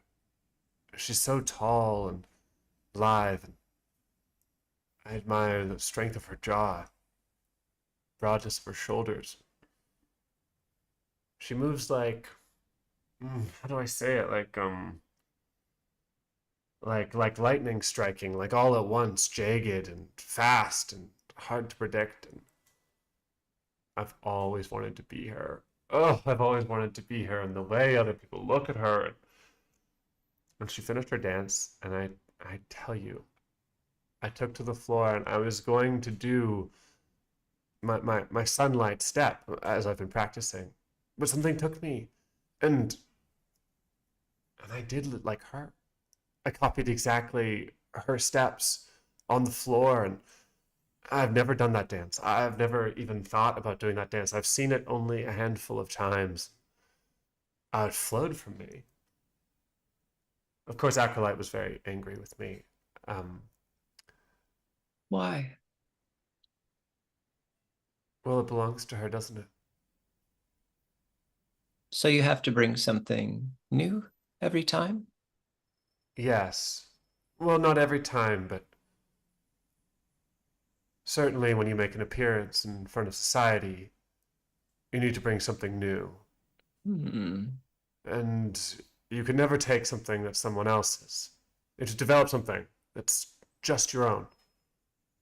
You know, you're reminding me of something I'd almost forgotten.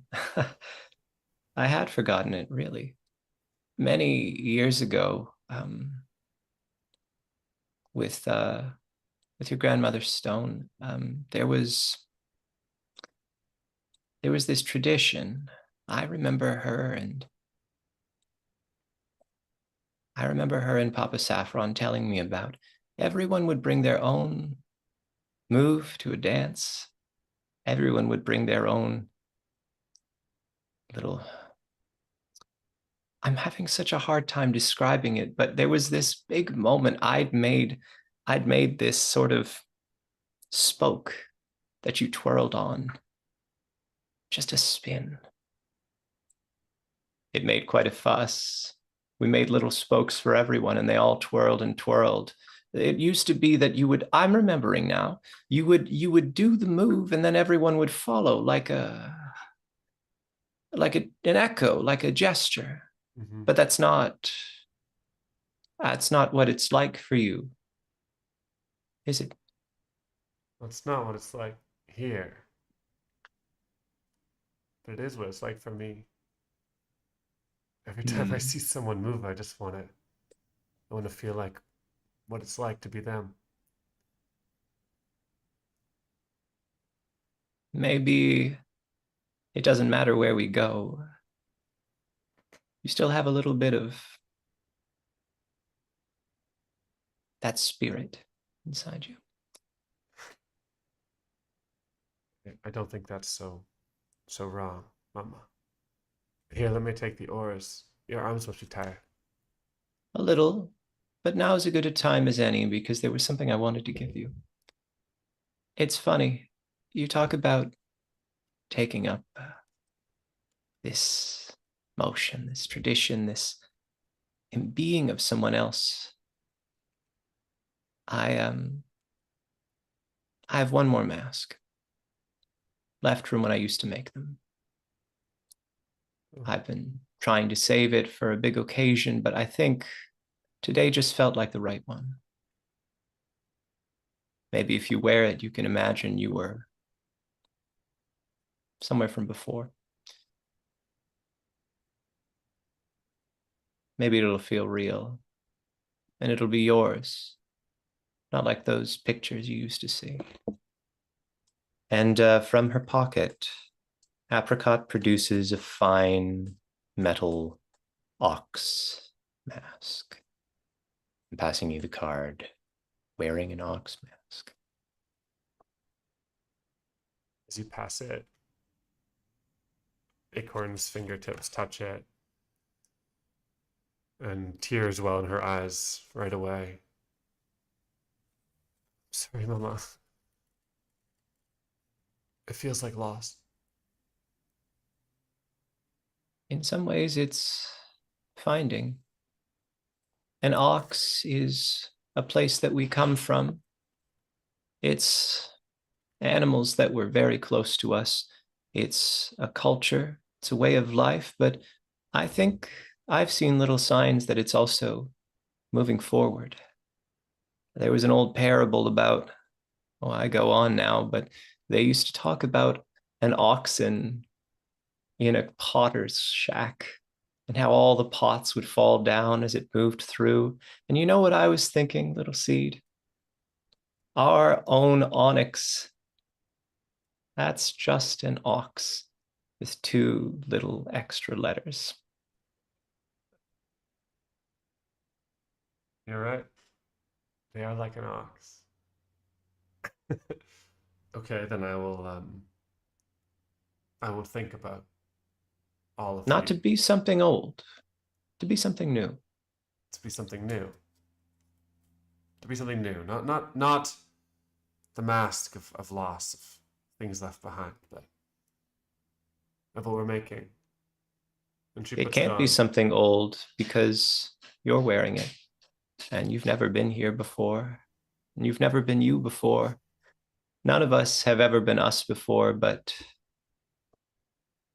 yes, show those kids at the academy what you can do wearing an ox mask. Yes, Mama. I think that's our scene.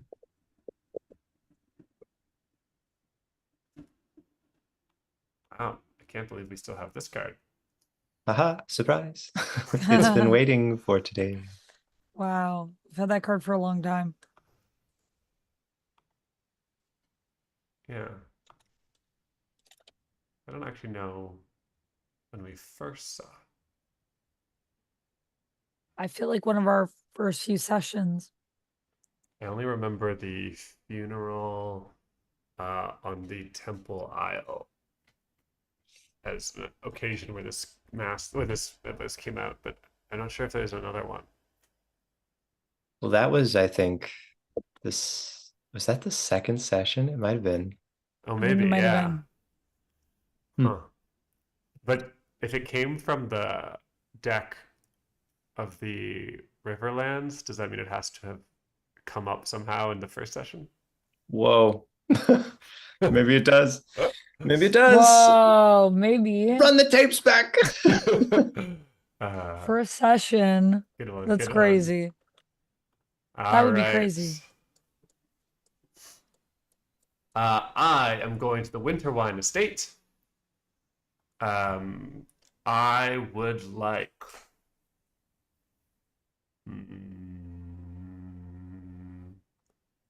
Okay, Amanda, can you draw cards for us? I'm going to witness tradition. Okay. I'd like. Ooh, I would like 2 Moonbee cards, please. Okay. I'm not sure I can do that, but I'm going to say I can. Sure. And if Ross says we can't, then I appreciate that Ross watches these streams. Hi, Ross. Kurt, I would like you to retake the role of. Oops, forgot his name. Does he have a name? Nope. Where? We didn't name him the yet. young noble. New Yes, gentleman. no. Noble. First name Winterwine. Yeah, first name Winterwine. Okay, then let's. maybe I don't know. Okay, no one look at me. I'm going over in the corner to look at these cards. Okay. We're not looking. Yeah. Canonically, he doesn't have a name yet. We'll find out.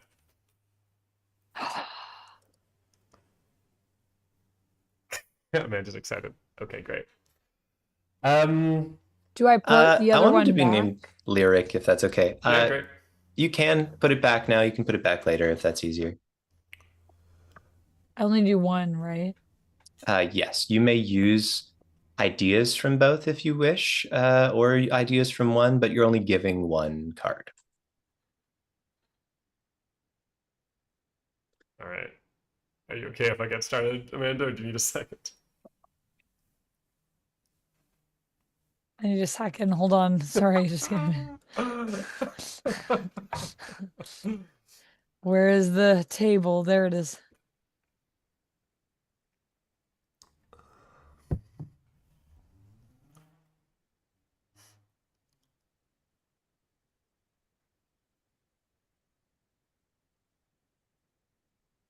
Okay.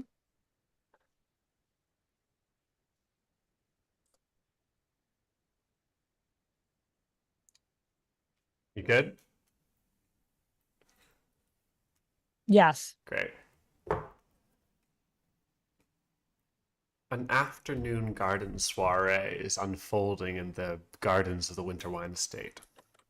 These are semi-private affairs, mostly for the inhabitants of the household, but visitors are welcome to drop by, usually invited, but not always. When Acorn gets there, mostly uninvited, there is an older winter wine family member, graying man with a large mustache who is playing the pipes, an elaborate set of balloons that uh, push air through these long wooden tubes made of bamboo and old oak. And he is playing them like an organ, their woody voices intermingling into strange and beautiful harmonies. As he finishes, a couple people look up and notice Acorn kind of shifts uneasily with the eyes on her. She is wearing an ox mask, and her blue satin dress. She writes her name on a list of names right after Lyric Winterwine. Speaking of, he takes the sort of low stage after the music is finished, and he clears his throat and begins a poem or a song. Perhaps it's hard to tell the difference. Kurt, do you have an idea about what this poem or song is about? His voice is clear and open, like the sound that happened when he rang the bell. In many ways, it echoes a single strain of the woodwinds that wove together. He sings, I think it's one of those songs that is just, you can just make out the words, but the vocal technique takes priority. As far as you can tell, the words go, high above in sky of night, we look down towards all land and plights and think of things as they have changed and hold it all beneath this rain that comes towards us all up, not down. We hold it close. We dance in gowns embroidered long and doublets true. We bear these colors through and through. All that we see, we hold it close, for it is fragile, like a ghost. It's a bittersweet melody that peters out towards the end. I think the crowd's impressed, and there's much whistling and clapping and approval as he steps off the stage. Clearly a favorite here. Acorn wipes her eyes beneath the mask, and she steps onto the pavement stones that are in the center of the gathering here. She nods at the old man with the wooden tubes, and he begins to play a song. She's never heard it before. She's never danced this dance before. It is a dance of doublets, of embroidered gowns, of remembered steps, of whispers. It's a dance that puts into physicality the clear, bright tone of a bell. She dances lyric song, the way it made her feel, copying it, translating it from word and tone into footsteps and positions. It's not the best dance ever. It's not incredibly beautiful. It is in some places sort of halting and strange and throws the viewer out, but it is memorable. And she slides off the center area to polite whistling and clapping, and she sidles up beside Lyric in the performers area. I loved your song, she says from beneath the mask. Thank you. It's old. I've had a lot of time to practice. Oh, so it's not yours. I suppose it's not. Now that you say that, it's strange, isn't it? Not many people sing copies. There's an honor in it, I Hmm. think. We all look at the same stars, right? You make a good point. We're all going around the same moon. And you know, the same water that's in the lake is the water that falls from the sky when it rains. Whose song was it? My grandfather's. Did you know him? In a sense, I have memories. He would sing it to me. But it wasn't a performance piece, he just sang it. Maybe to share a lesson. I know a lot of my dances from my grandmother too. I have memories. Hmm. I suppose we all do. Pause. Amanda, do you have We can an let you in, opening? Amanda. Sorry. Is there some way that we can play towards an open door for you? Yeah, we can also like change scenes or move on to a later part of the day or anything if that's helpful. I think no, I think just keep going. I'm Okay. listening. You'll jump in when you've got something. Yep, You can bully us whenever you want. I know. All I right. know. Don't worry. I'll Cool. bully you whenever I want. Great. Acorn takes off the mask. You invited me to come. I was curious. Your sound was different. So Your pure. sound was different too. And I think at this she looks slightly embarrassed. Um, yes. What do you make of that? The bell is If, strange and fickle, isn't it? well, I already told you that people aren't judging each other's sounds, so it'd seem unfair for me to go back on that. But then what did you think for Rio? I thought it was so familiar. A Really? sigh can mean a lot of things, though, can't it? Hmm. Can be relief, can be a last breath, it can be a long held breath, it can be a lover's sigh, but I can't tell you what it means. What did mine mean? Just a sound, nothing more. Not a sound.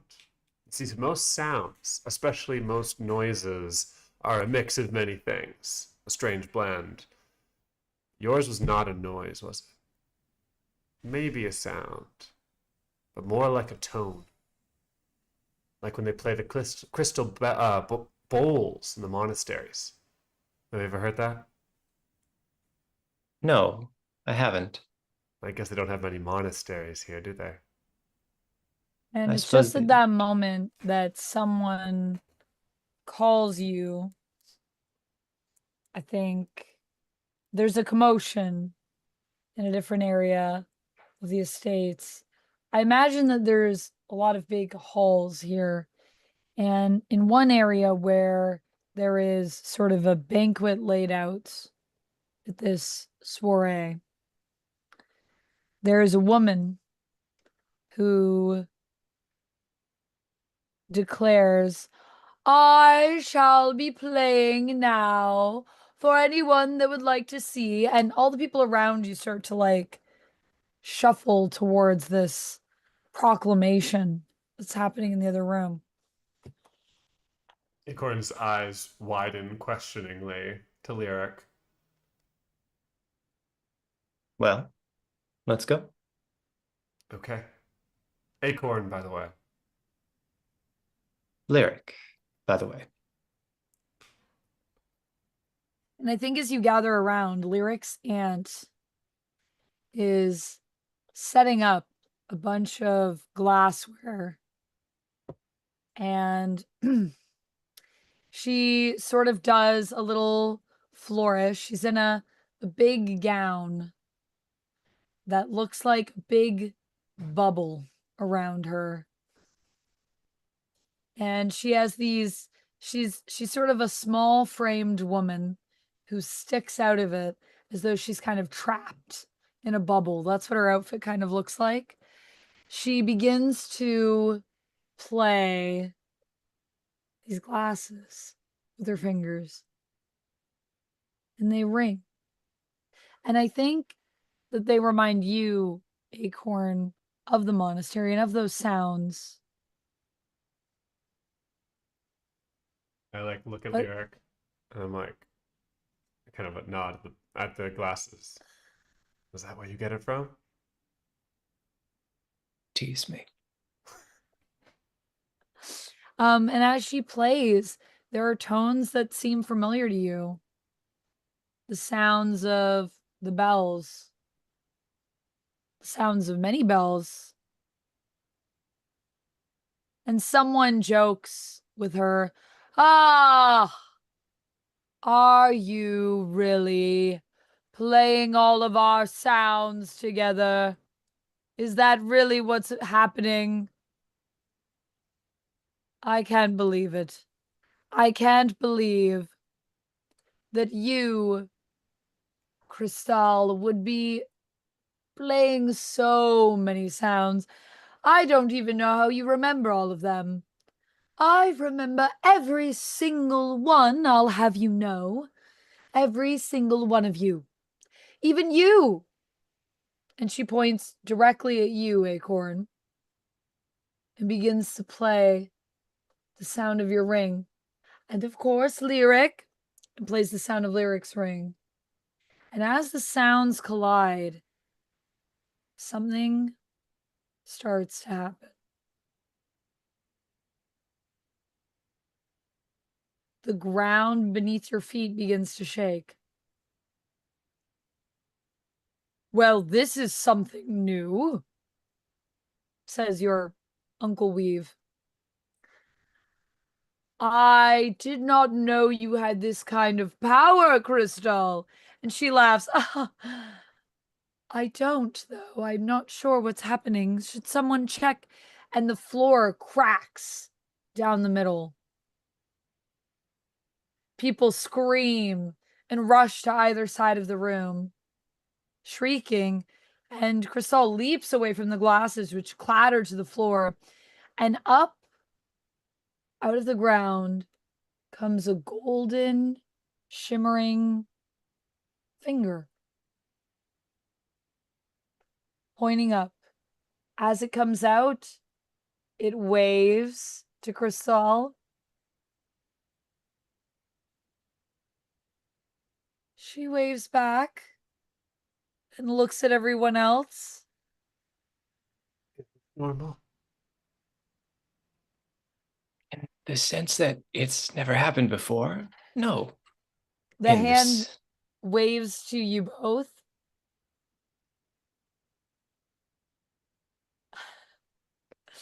And then it continues upwards out of the ground. It is ginormous. The hand is probably the size of 2 or 3 people, in terms of its height.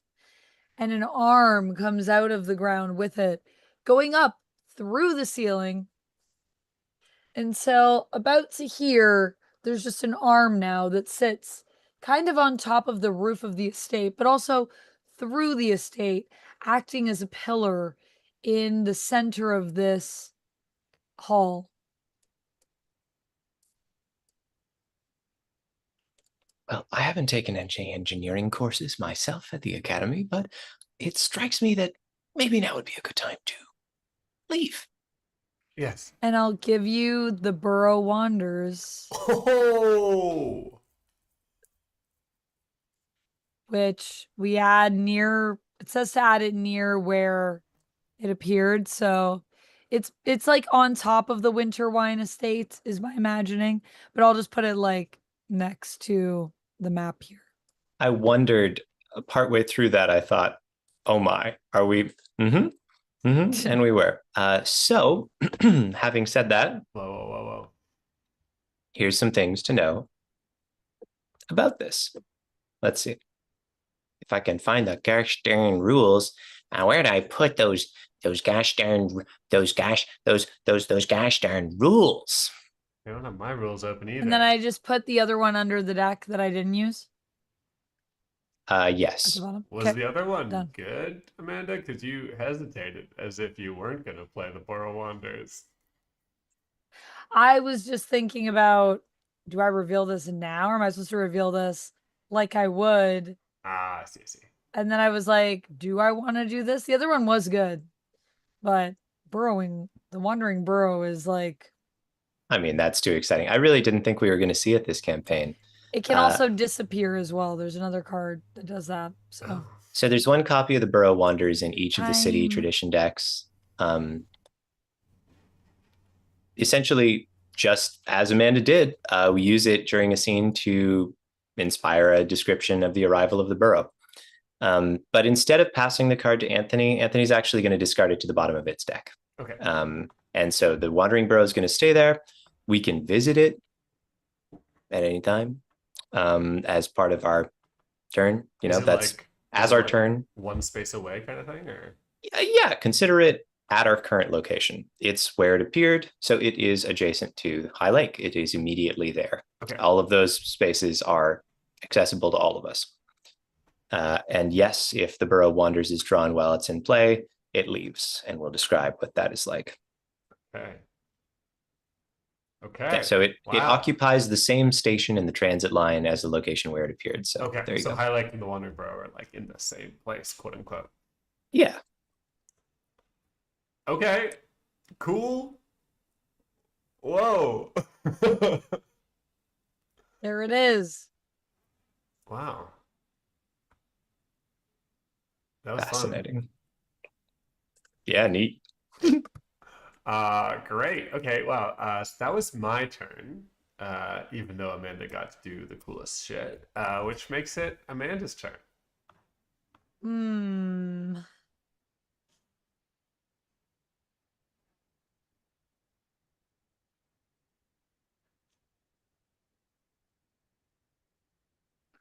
I think I want to go to the hotel by the park as Onyx. Why not? This is a Wandering Burrow location. Let me show you. The hotel by the park. Cool. I love how mundane some of the things are on the Wandering Burrow. An affordable eatery. Hotel by the park. Tea market. A tea market. A tea market. Don't think I haven't been looking at that. I was thinking about the tea market too. All of them seem really cool. Temple of the Engine. What even is that? Sick. Onyx. Are you viewing traditions here in a new place, or are you giving somebody a tradition? I think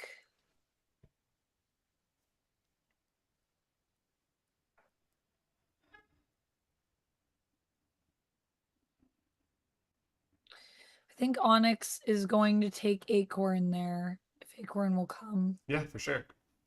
What's the like? Oh, I think I messed up our. Yeah, okay. What's like the context of our going? Is it like are you like dragging me there? Like, do you really want to go, or? Onyx is treating you to a stay at the hotel with them. Oh. We're going to have a sleepover. Okay. Like how we used to. Back in the drift. In a house made of trash. Yeah. And Onyx has said that this hotel is one of the nicest hotels they have ever seen. And they've been scouting it out to make sure it would be nice for us to stay in, and they want to treat Acorn to a perfect day. So they've brought you here to treat you. And Onyx has simply asked that you let them take care of everything. Okay. Okay.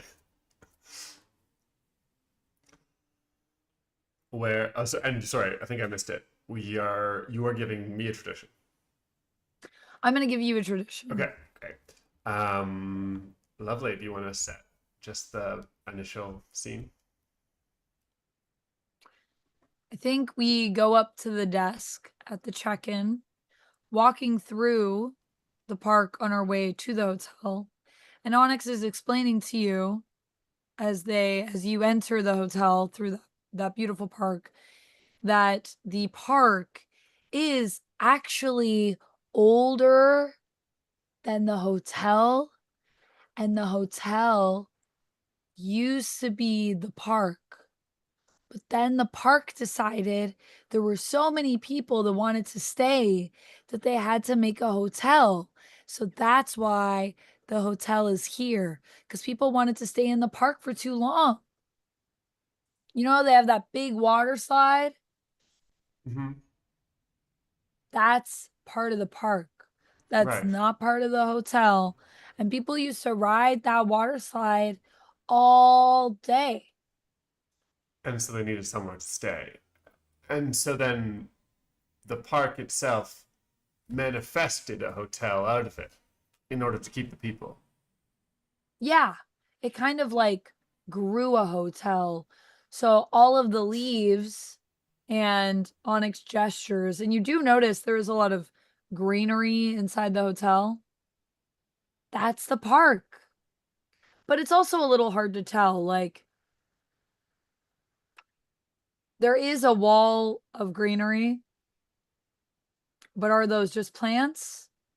Or did the hotel grow out of the ground?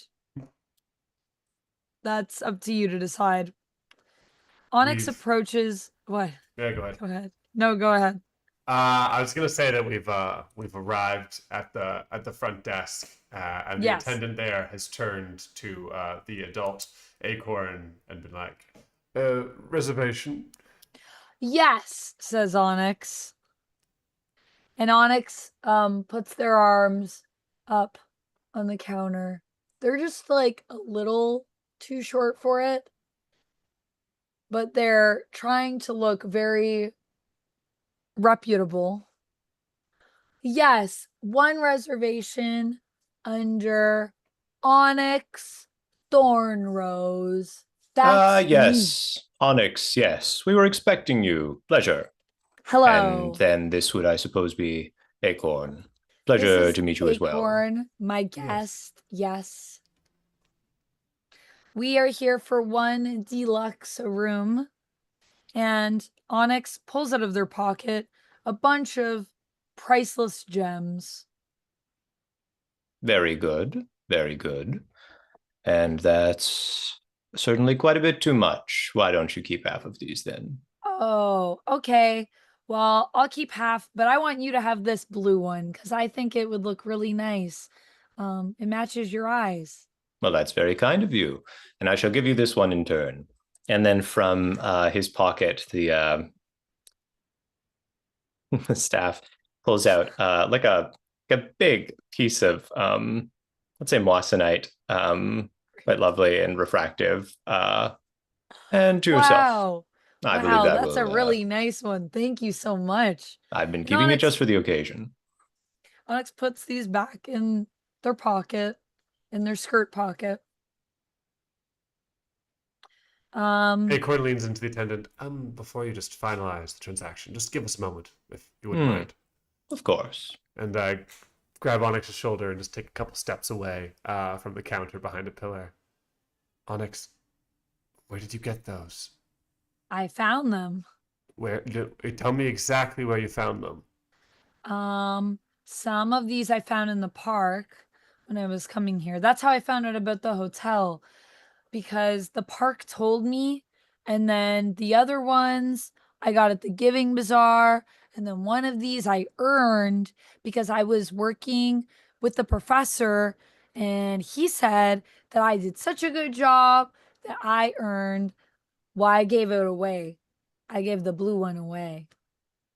But that one I earned because I'm really good at counting backwards while doing a handstand. We were doing experiments. Oh, so most of these you've gotten just because you're very lucky.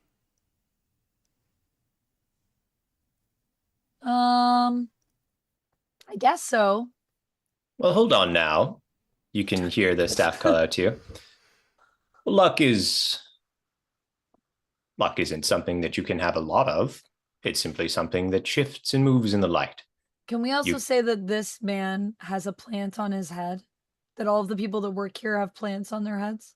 Yes, They he work? does. Okay, great. That was self-evident, I think. We knew Obviously, that. I knew that. We were all Right. picturing that. I knew His is a string of pearls, Ooh, and Oh. so it's sort of parted like so beautiful. So long straight sexy. hair. That's lovely.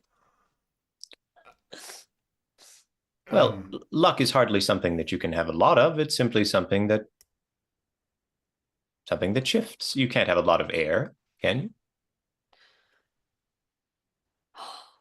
Onyx tries to breathe as much air as possible and holds it for as long as they can and starts to turn a little red in the face and then releases it all at once.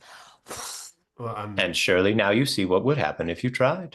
It's true. You can't hold a lot of air. It's really hard. Have you ever tried that before, Acorn? not recently. It's the sort of thing that you have or you don't, and you seem to have it. But I apologize for questioning. Should we go to our room? Yeah, we should go to our room. Could we have the key, please? Says Onyx. You should. Oh, here it is. And it just like appears in Onyx's hand as though it was always there. Maybe it was always there. Maybe Onyx picked it up. Did you have any keys you needed to drop off, or is it just the pickup for today? Just the pickup for today. I might have a key next time I'm here. We'll see. He marked something down. Onyx takes you off to the side and you walk through the little foyer area. Do you want to take the stairs or the elevator or the beanstalk? Well, maybe the elevator. Okay, we can take the elevator. Reminds And you me go of up to the Glowtown. elevator. Yeah, it is like Glowtown. The elevator it's got like a little gate that you can close. Mm-hmm. And Who's it has in the elevator one. when we get in? Pardon, who's in the elevator when we get in? Yeah. I think there's just a dog in the elevator. Kurt. Says the The dog. dog. Doesn't stand, doesn't move from the spot, but greets you with a punctuated bark. Do you think that'd be a Hello, pendant? says Onyx. I don't know, says Onyx. Maybe it might be. Which floor are we going to? We are going to, Onyx checks the key, the 4th floor, please. 4th floor, please. The dog barks. Nothing seems to happen from the dog's actions, but the gate closes and the elevator moves. Maybe it's voice activated, says Onyx. And then I think the lights change color to what is Acorn's favorite color? A soft mauve. That's the color the lights turn. Acorn smiles and runs her fingers across the living wall, the leaves here that form the walls of the elevator. And her fingers grace across like a mauve, uh, flute-shaped flower. It's really beautiful in here, Onyx. I know. I really like it. When I first found this place, I didn't want to leave. But then I miss everyone too much. And I thought, wow, it'd be really nice if we could all stay here together. So It's I very just sweet thought of you. I'd see. Thank you. Sometimes I'm sweet. Sometimes I'm sour. And Onyx sticks out their tongue at you. Mmm. Mmm, Mmm. rarely sour. You like all the And flavors then, you are. thank you. I like my flavors too. And then I think the elevator has reached the fourth floor and there's a ding. Thank you. Good dog, says Onyx and pets the dog on the head. The dog lets out one of those like huff grunts and sort of lays onto the floor. Great. And as we walk down the hallway, I think the hallway is decorated with a bunch of spinning lights. They're lights that sort of float on the wall and they refract all of these colors. It's like a rainbow hallway. But also, there are pictures on the walls of people. Who are these? I don't know, says Onyx. She I've seems never sad. met them. What? She seems sad? Yeah, What does the picture you're looking at look like? it is a mother surrounded by 7 children, all of whom are smiling, and she has a fake plastered smile across her face. Well, I don't know. She's smiling, says Onyx. How do you know she's not happy? Hmm. We're not very like you and I, in many important ways, but in other ways, we're just the same. Show me the room. Hmm. Okay. Goodbye, lady. And Goodbye, Onyx waves lady. goodbye to the lady. And as you get to the room, Onyx takes the key out and puts it into the door. I don't think that's how the click. Oh, And the door opens. And inside the room is a house made of trash. Onyx. Yeah. Wait, what is this place? Do you like it? I the plastic's peeling. She puts her Yeah. hands to the wall and feels it crumble. I asked for that specifically. I said if the plastic could be peeling, I think that would make it even more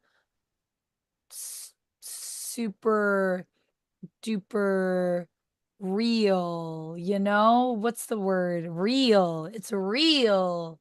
And Onyx starts running their hands down the wall like this, swishing around in their skirt. Um, Uh, so you had them make this? I had them. No, it was always here, but it wasn't like this. I didn't have them make it. I just had them make a suggestion. I made a suggestion, and then they made a suggestion. It's suggestive. And Onyx flops down on a plastic bed. Acorn looks at you long and hard and thinks about trying to make sense of what you said. Gives up. It's lovely. Thank you. I was hoping you'd like it. Oh, I also have this. And Onyx goes under the bed and you hear like a ring, like an oven has finished, and they pull out a loaf of warm bread for you. Oh, There's one for you and there's one for me. And then there's a third one just in case. it's it smells exactly the same. Yeah, it was a Just suggestion. I think it was a good suggestion. I worked really hard on that one. I had to think a lot about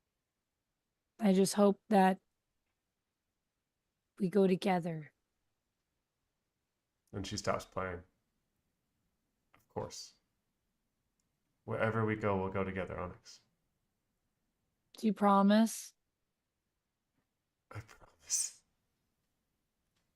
And Onyx gives you a hug. We embrace. And I will give you a card. And the card will be the only one I have. So there you go. Love without condition. Yay.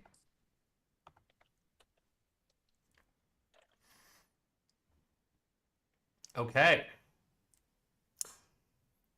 After that long, lovely, slightly absurd scene, a great introduction to the Wandering Burrow. Actually, I loved it. Kurt, your turn. I'm going to share a tradition. I would like you both in the Wandering Burrow with me. Okay. We are going to the tea market. Woohoo! Tea market. Tea market. We're gonna start the scene in media res. I think we hear an old woman, older still than Apricot. Apricot is, an elder, but not like ancient, Yeah. This woman is older than her. With you being the age that you are, you're not sure how much older. But her voice is the first thing to fade into our scene. And I suppose after a while, you just find that you miss the motion moving. And I suppose I wanted it again. And so here I found myself because it found me. And we see a wall of teas. Tea in tin after tin after tin. Wait. And we see a much older, decades older cat of the nomadic village. This tea shop is larger than her last one. Only a few more seats, but the wall seems to just go on and on. And she's rigged up something so that if she wants tea from a certain spot, all she has to do is gesture, and with a quirk of the motion of this place, falls down right into her hand. And I suppose that's all there is to my story. It's nice to see an old friend. I think Apricot's having trouble keeping it together. Acorn steps up to the counter.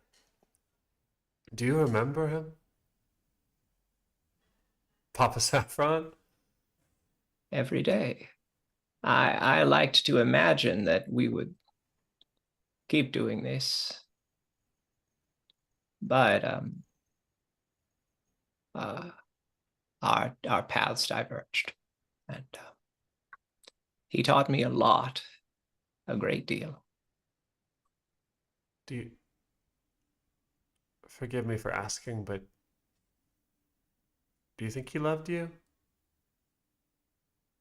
Young one, there's never shame in asking questions, especially if the one you intend to ask could wander away at any time. I like that. Surely we loved each other. Not in a way of man and wife, of course. We were of different eras, but his warmth was palpable. I wish you could have felt it too. It seems a shame. I think I felt it. In a way. There's a kind of magic to that. Kind of a magic that I can't help but see in one of you. And I think her eyes are turning towards Onyx. Onyx is so bored, but is trying to be really polite because they know they'll get in trouble if they say anything. Because I think they've done that at the last few places we've been today. So they don't notice that you're looking at them. You're Onyx simply too is... quiet over there. Ah, who? You. I Me? think, yes. If anyone is to choose what the next tea should be, it's you. The others here, they'll choose what a tea was before. That's not good at all. We're to choose the next one. I want that one. And Onyx points at one that's all the way at the top in the far right corner. Did you just pick the one that's farthest away? Did you think that'd be a good prank? No. Yes. No. Yes, maybe. I just thought that one's got to be good because it's so far away. Do people pick that one?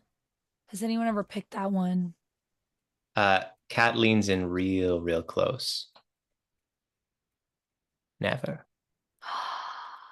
Okay, well, now I definitely want to have it. Good. Good. Well, that's one. But a tea is not yours if it's not a blend. None of these are blended. We don't do that here. How Waves many it do I have aside. to pick? Well, you've picked one. We'll each pick one. How's that sound? Okay, what are you guys gonna pick? What are you gonna pick? What are you picking? Says Onyx. And Onyx lays somewhat on the counter in front of Apricot, looking up at Apricot's face. What are you gonna Acorn pick? looks at Apricot. Is that you want, Noah? Um, it's just nice being here, but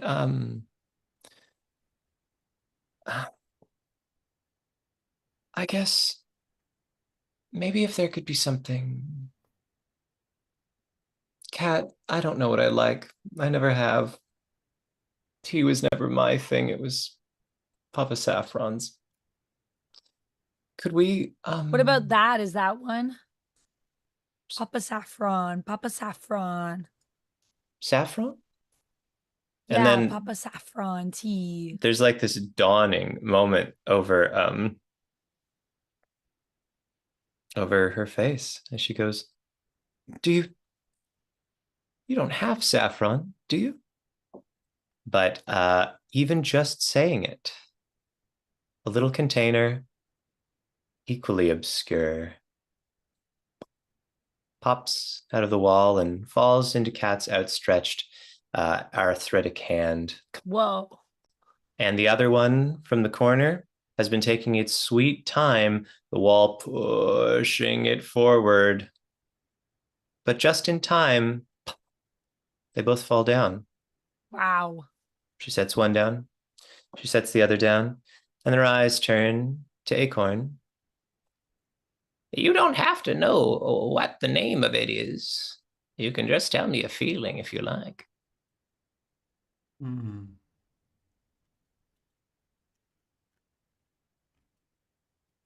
There's a feeling in a tall tower.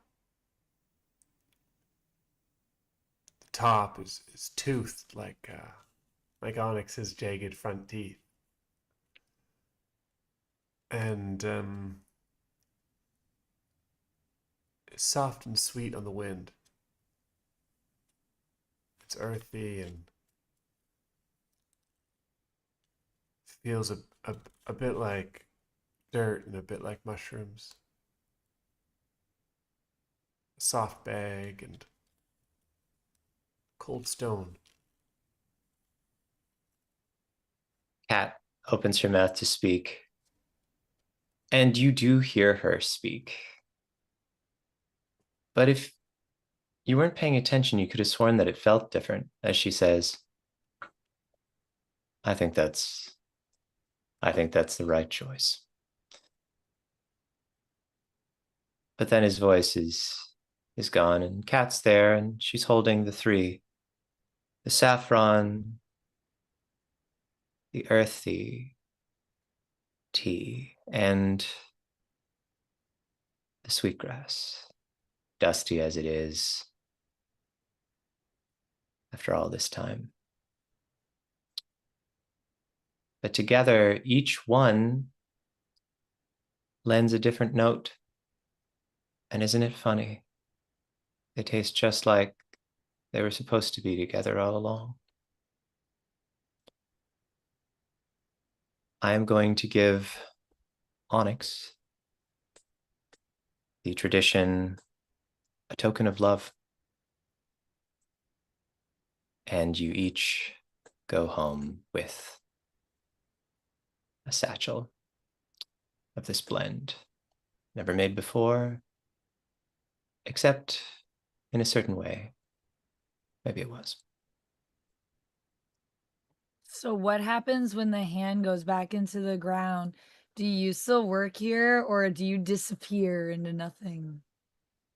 I think the last thing we see is just like Kat's face looks very serious, and for a moment it almost seems like Onyx is going to get in trouble again. Oh, But then there's this raucous laughter from Kat as we see like a wide shot of the wandering burrow, and I think that's our scene. Onyx just had to ask. They had to know. Fun scene.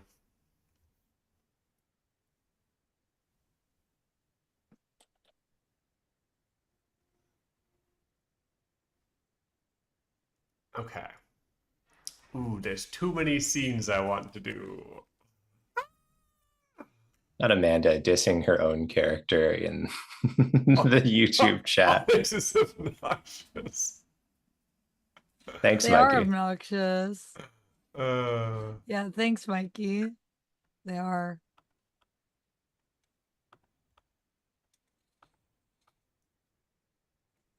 Okay.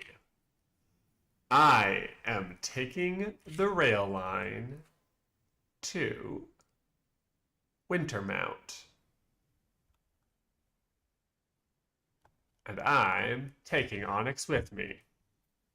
Whoa. You coming, bro? Yo, bro, I'm coming. Wait, give me a second. Yeah. Yeah, come with me. Okay.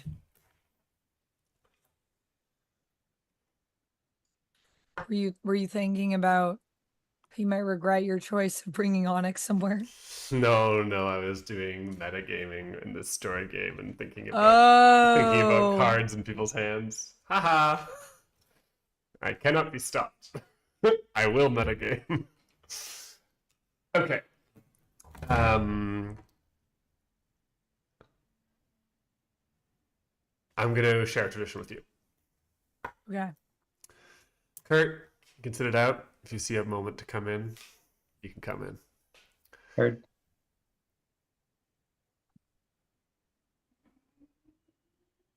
On the balloon ride, Professor is eerily silent. And we just get to watch the pallid, glowing surface of the moon get closer and closer. From a distance, it's so gray, but as you get close, here are the winding paths of the rivers, the glorious red and white and black stone of the mountains reaching up into the sky. There's even trees here and there, bushes, farms. Onyx doesn't see any of that because Onyx has to always travel with a blindfold when they're in the balloon. They don't like seeing how far away they are from things. It's beautiful, Acorn says, holding your hand tightly. You're gonna like it. Okay, just don't let go of my hand. Of course. Okay. Cool. Yeah, I'm sure I'll like it. Onyx is sweating a lot. um, we're at the scene when we see the river, by the way. Sorry, I didn't actually say it out loud, I don't think. Yeah. Um,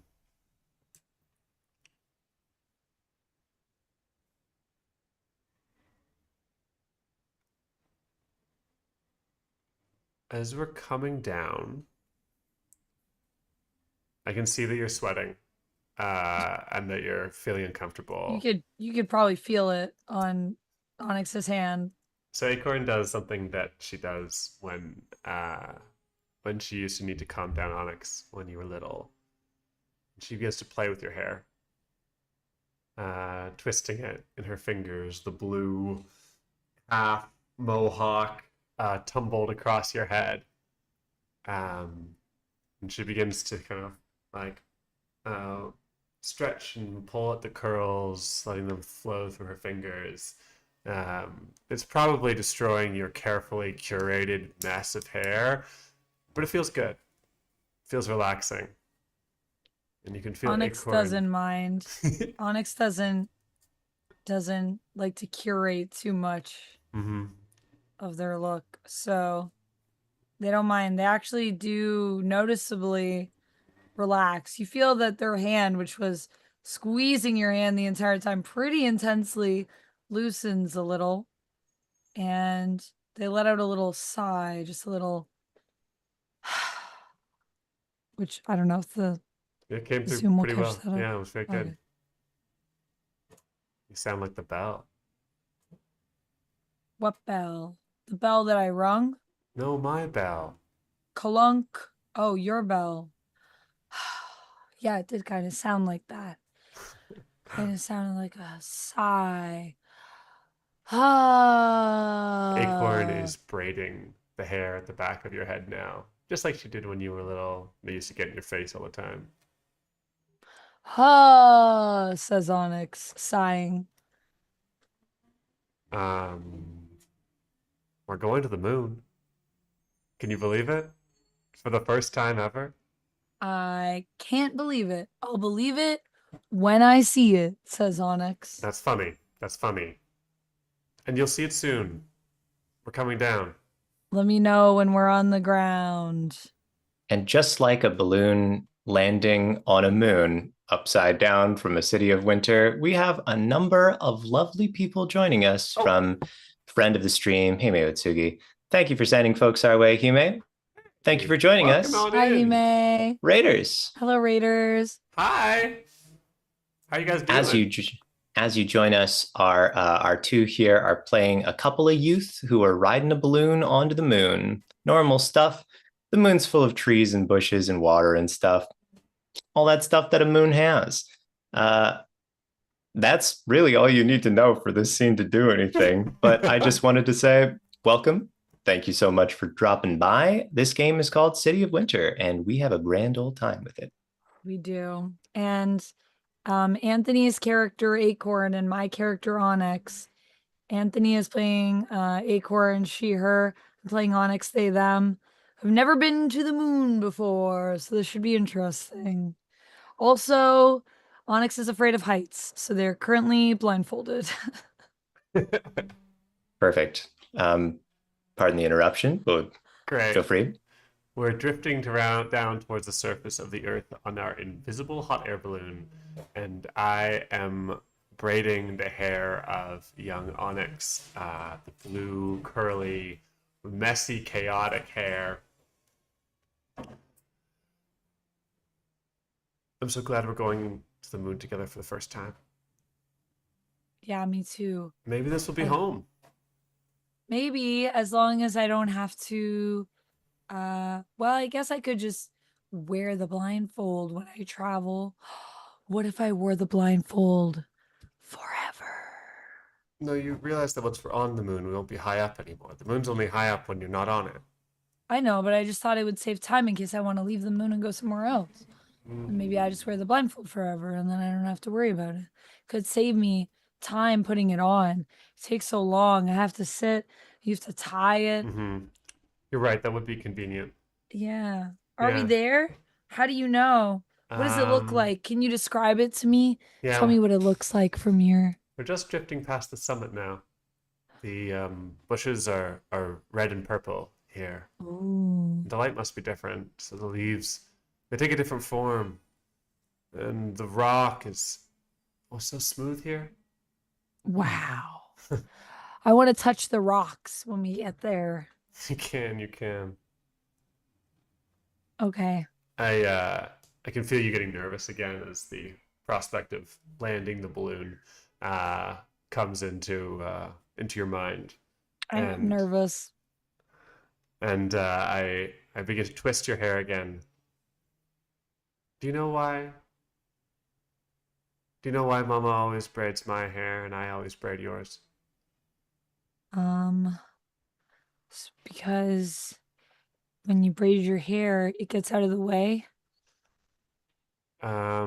Well, kind of. I've actually Because told when you you this. braid your hair, you get powers. Do you guys have powers and you didn't tell me? Uh, kind of, but that's actually different. Um, Okay. Wait, what do you mean it's different? we can No, talk about go that back to the later. power. What? No, it's fine. We'll Okay. talk about that later. I've told you this like 100 times before, like honestly. But you never listened when you were young. Are you gonna listen now? Yes. Okay. Okay. Remember when you braided hair, you have three strands, right? Yes. And one one represents the past, Okay. where we came from. Oh, the monastery. Yeah. And Yeah. before that, the drifting city across the wastes and the towers and the temple isle and the airships and the No, I've never riverlands. been there, but you've been there. But you've kind of been there, my little oxen. Hmm. Maybe in a past life. Yeah, you don't know it, but there's parts of you that are made by those places. And the second strand, Okay. second strand is for who you are and where we are. In an air balloon. Yeah. And in High Lake, when people wear gowns and dance silly dances, and Yeah.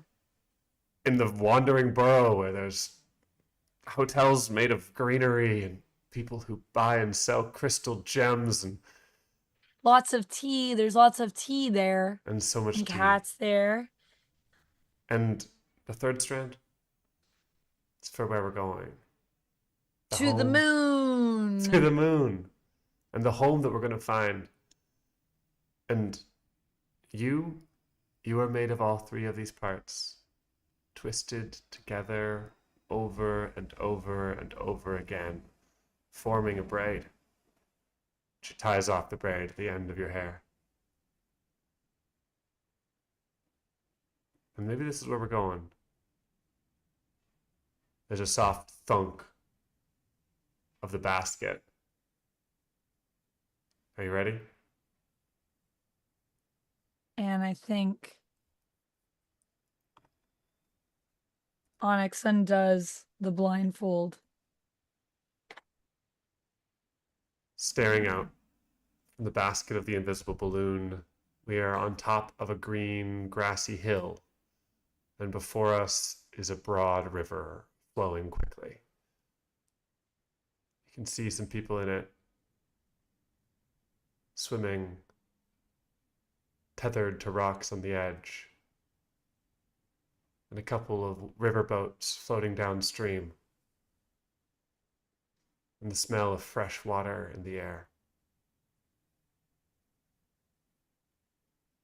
That's where we're going. Wow. And that's the scene. I am going to hand you a card I've been dying to hand you. What is it? The Uh, ox? no, not yet. That'll come another day.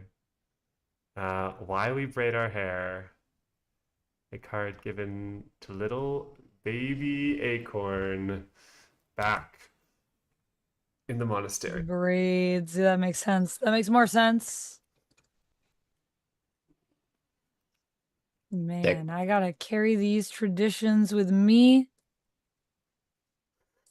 With me, you can only carry one, baby. Wow. Okay, are we doing one more? Are we completing this round of Sure. scenes? Yeah. If you, I mean, we can always say chapter over if you like, that I sort of thing can mean, happen. I just love us ending up on the river is like, this is a really good. I don't know if I have anything that's going to be better than that. Well, if we're leaving High Lake, we do have to have our like little ending. Take your turn to Well, move on. But we if could I'm stay. not, yeah, I'm not saying that we're leaving High Lake. Okay. You want to leave the Wandering Burrow? We Just haven't got there. explored enough. We Yeah. just got it. But we It's could so end the cool. chapter. That's what I was thinking. I was just thinking like that might be a good end to the chapter when we go to the moon because that's pretty sick, man. That was a really good scene. Pretty sick. Damn, Anthony. Damn. Kurt, is there anything you wanted to do before the chapter closes? But I Well, can I do one more guess if you guys want. the only question that's in my mind is how much longer does our story go? It's a Because good question. those who are just joining us wouldn't know this, but this is session 11 Yeah, of a it is. campaign. And there's always, at this point going forward, there shall always be the question, will there be more? Because there can be. I think there's still more to tell, but I definitely think we're getting close to the end of the campaign. I think maybe we have 1 or 2 sessions left. Sounds good to me.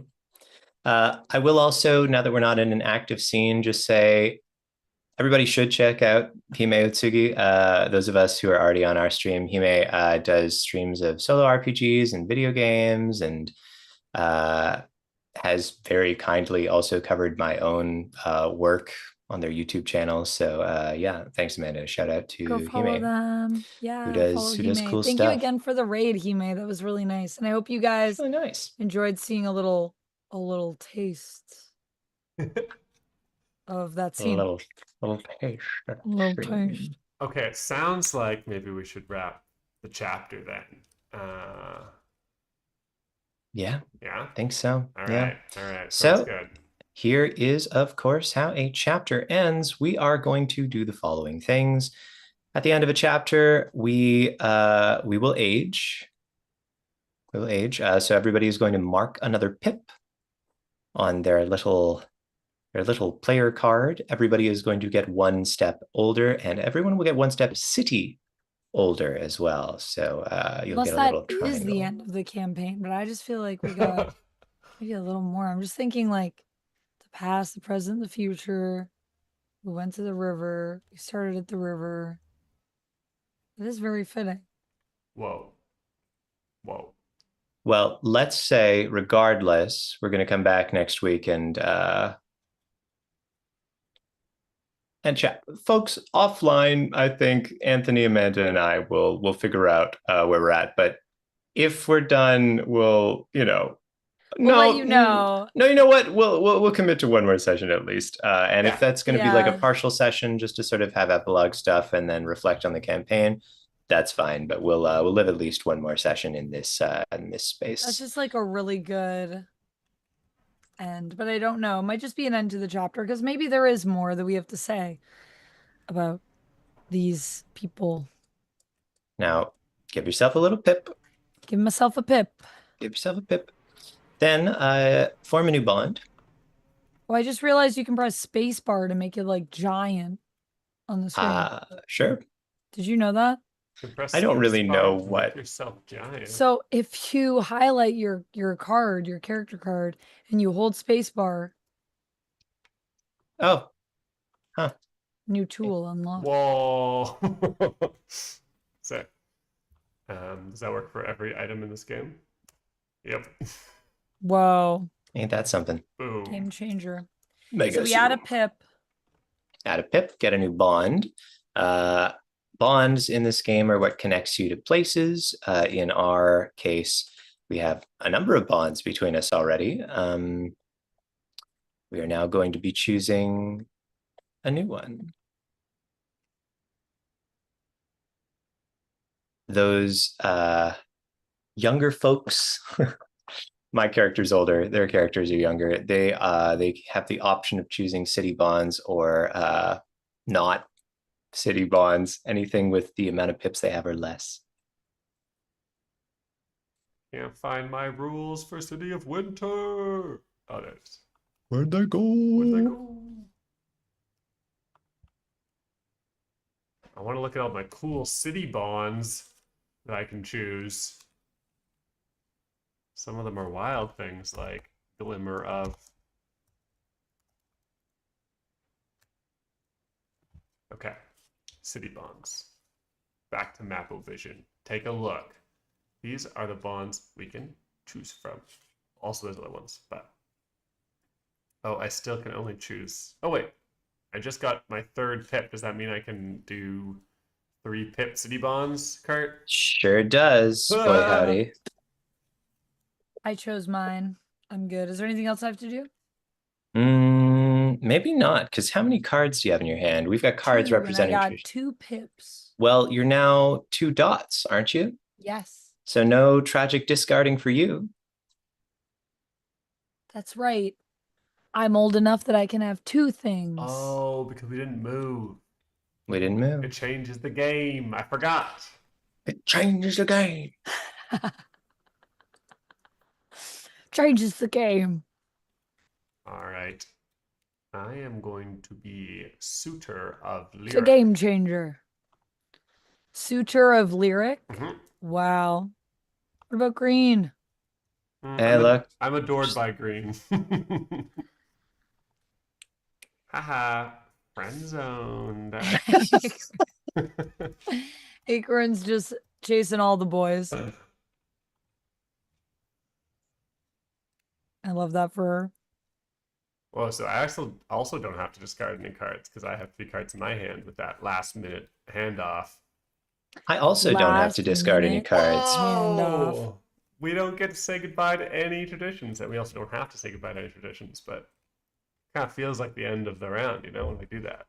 It's a nice finale. That's true. Well, since we haven't done quite as much closing apparatuses today, we could do the closing reflection. Okay. Let's go around the circle and give each player space to perhaps consider sharing a moment you enjoyed, or how you're feeling right now, or an appreciation of another player, or, as we did the first time in mutual unstated agreement, a moment of silence. I was swept away by Kat and her tea shop. I had thought about the tea shop, but as like a nice echo of the tea shop that Saffron had, but I did not think about it being Kat, and I thought that was just so beautiful and so brilliant. So thank you, Kurt. I really loved the Technicolor explosion of personality that we saw in Onyx's big day out at the Wandering Burrow. Yeah. Making an absolutely buck wild introduction to a hotel and having a pocket full of gemstones. And yeah, I was convinced the whole time it would be a gift of bread, but I think that was discarded before. It was. I thought it was too, yeah. Yeah. Oh my god, a gift of bread would have been so cool. I would have loved that. If I had that card, I would have given it to you. Yeah, I mean, I think what I'm the most enamored by is just how we're really becoming like a family. Like, I feel like Onyx is kind of a weird kid. I mean, not kind of, definitely a weird kid who struggles to make friends, and just seeing how much both Apricot and Acorn have accepted Onyx despite them being a little bit crazy has been really nice. And I feel like both of you have given that to me in scenes. And it's one of those things where like there's a part of me that wants to go and like do a scene by myself as Onyx, Oh, which I can't really do because I am, well, I mean, I guess like I was yeah, playing Onyx like teen kind of yeah. early teen. So I could, but it's just made me really feel like I want to have you both in the scenes with me because I want to explore our relationship. And I was a little nervous coming. It's weird when you make a new character in this game because you are part of the dynamic because you have always been playing, but you have a new character. So you're also like, I don't really feel like I fit in. New character, who dis? Yeah. Yeah, so you have to find where you fit, and I just want to say thank you to both of you for helping me to find where my character fits in the dynamic. It was really lovely. I think just the supportive parental vibes of both Apricot and Briar that you've played, Kurt, and also Anthony with you playing Acorn, like literally my big sister. It was really lovely. Well, Amanda is full of very flattering and lovely things to hear just then. So thank you for that, Amanda. Folks, we will be back probably next week with what might be the final session of our City of Winter campaign. So please tune in as we tie loose ends together, maybe ask new questions that won't get answers, and see for what might be the last time our place in the world of the City of Winter. So until then, thank you for joining us, everyone. It is always a pleasure to have you here, whether you are here for the first time or someone who has joined us for many sessions and many stories before. I know that we're all looking forward very much to what comes beyond, but for now, we will leave you with an open door to the Lollygaggers, who are Anthony. They are playing a game called Legend of the Mist. It's a game by I had the name of the design studio on the top of my head. Son of Oak. It's kind of a cool rustic kind of throwback sort of fantasy RPG style, but it looks very cute, kind of playing normal everyday people in that world. So go enjoy. They've just started, so that you can catch a full session. Look at you picking a fresh stream today. Well, last Okay, time I picked a stream that was literally ending, so I thought I'd sort of switch it up. sure. Okay, thanks everyone again for joining us. And we're already going, so no time to plug things today, I don't think. Sorry. Amanda, do you have anything? The counter's going. I'll be streaming tomorrow. You can catch me on my channel, Vampex13. Also have daily videos on YouTube. Check it out, Vampex13. You can also search me, Amanda McKnight. That's all I got. Nice. It's actually fit very comfortably. So one more time, thanks everybody, and we'll see you soon. Bye, everyone. Thanks for y'all. watching. See you next time.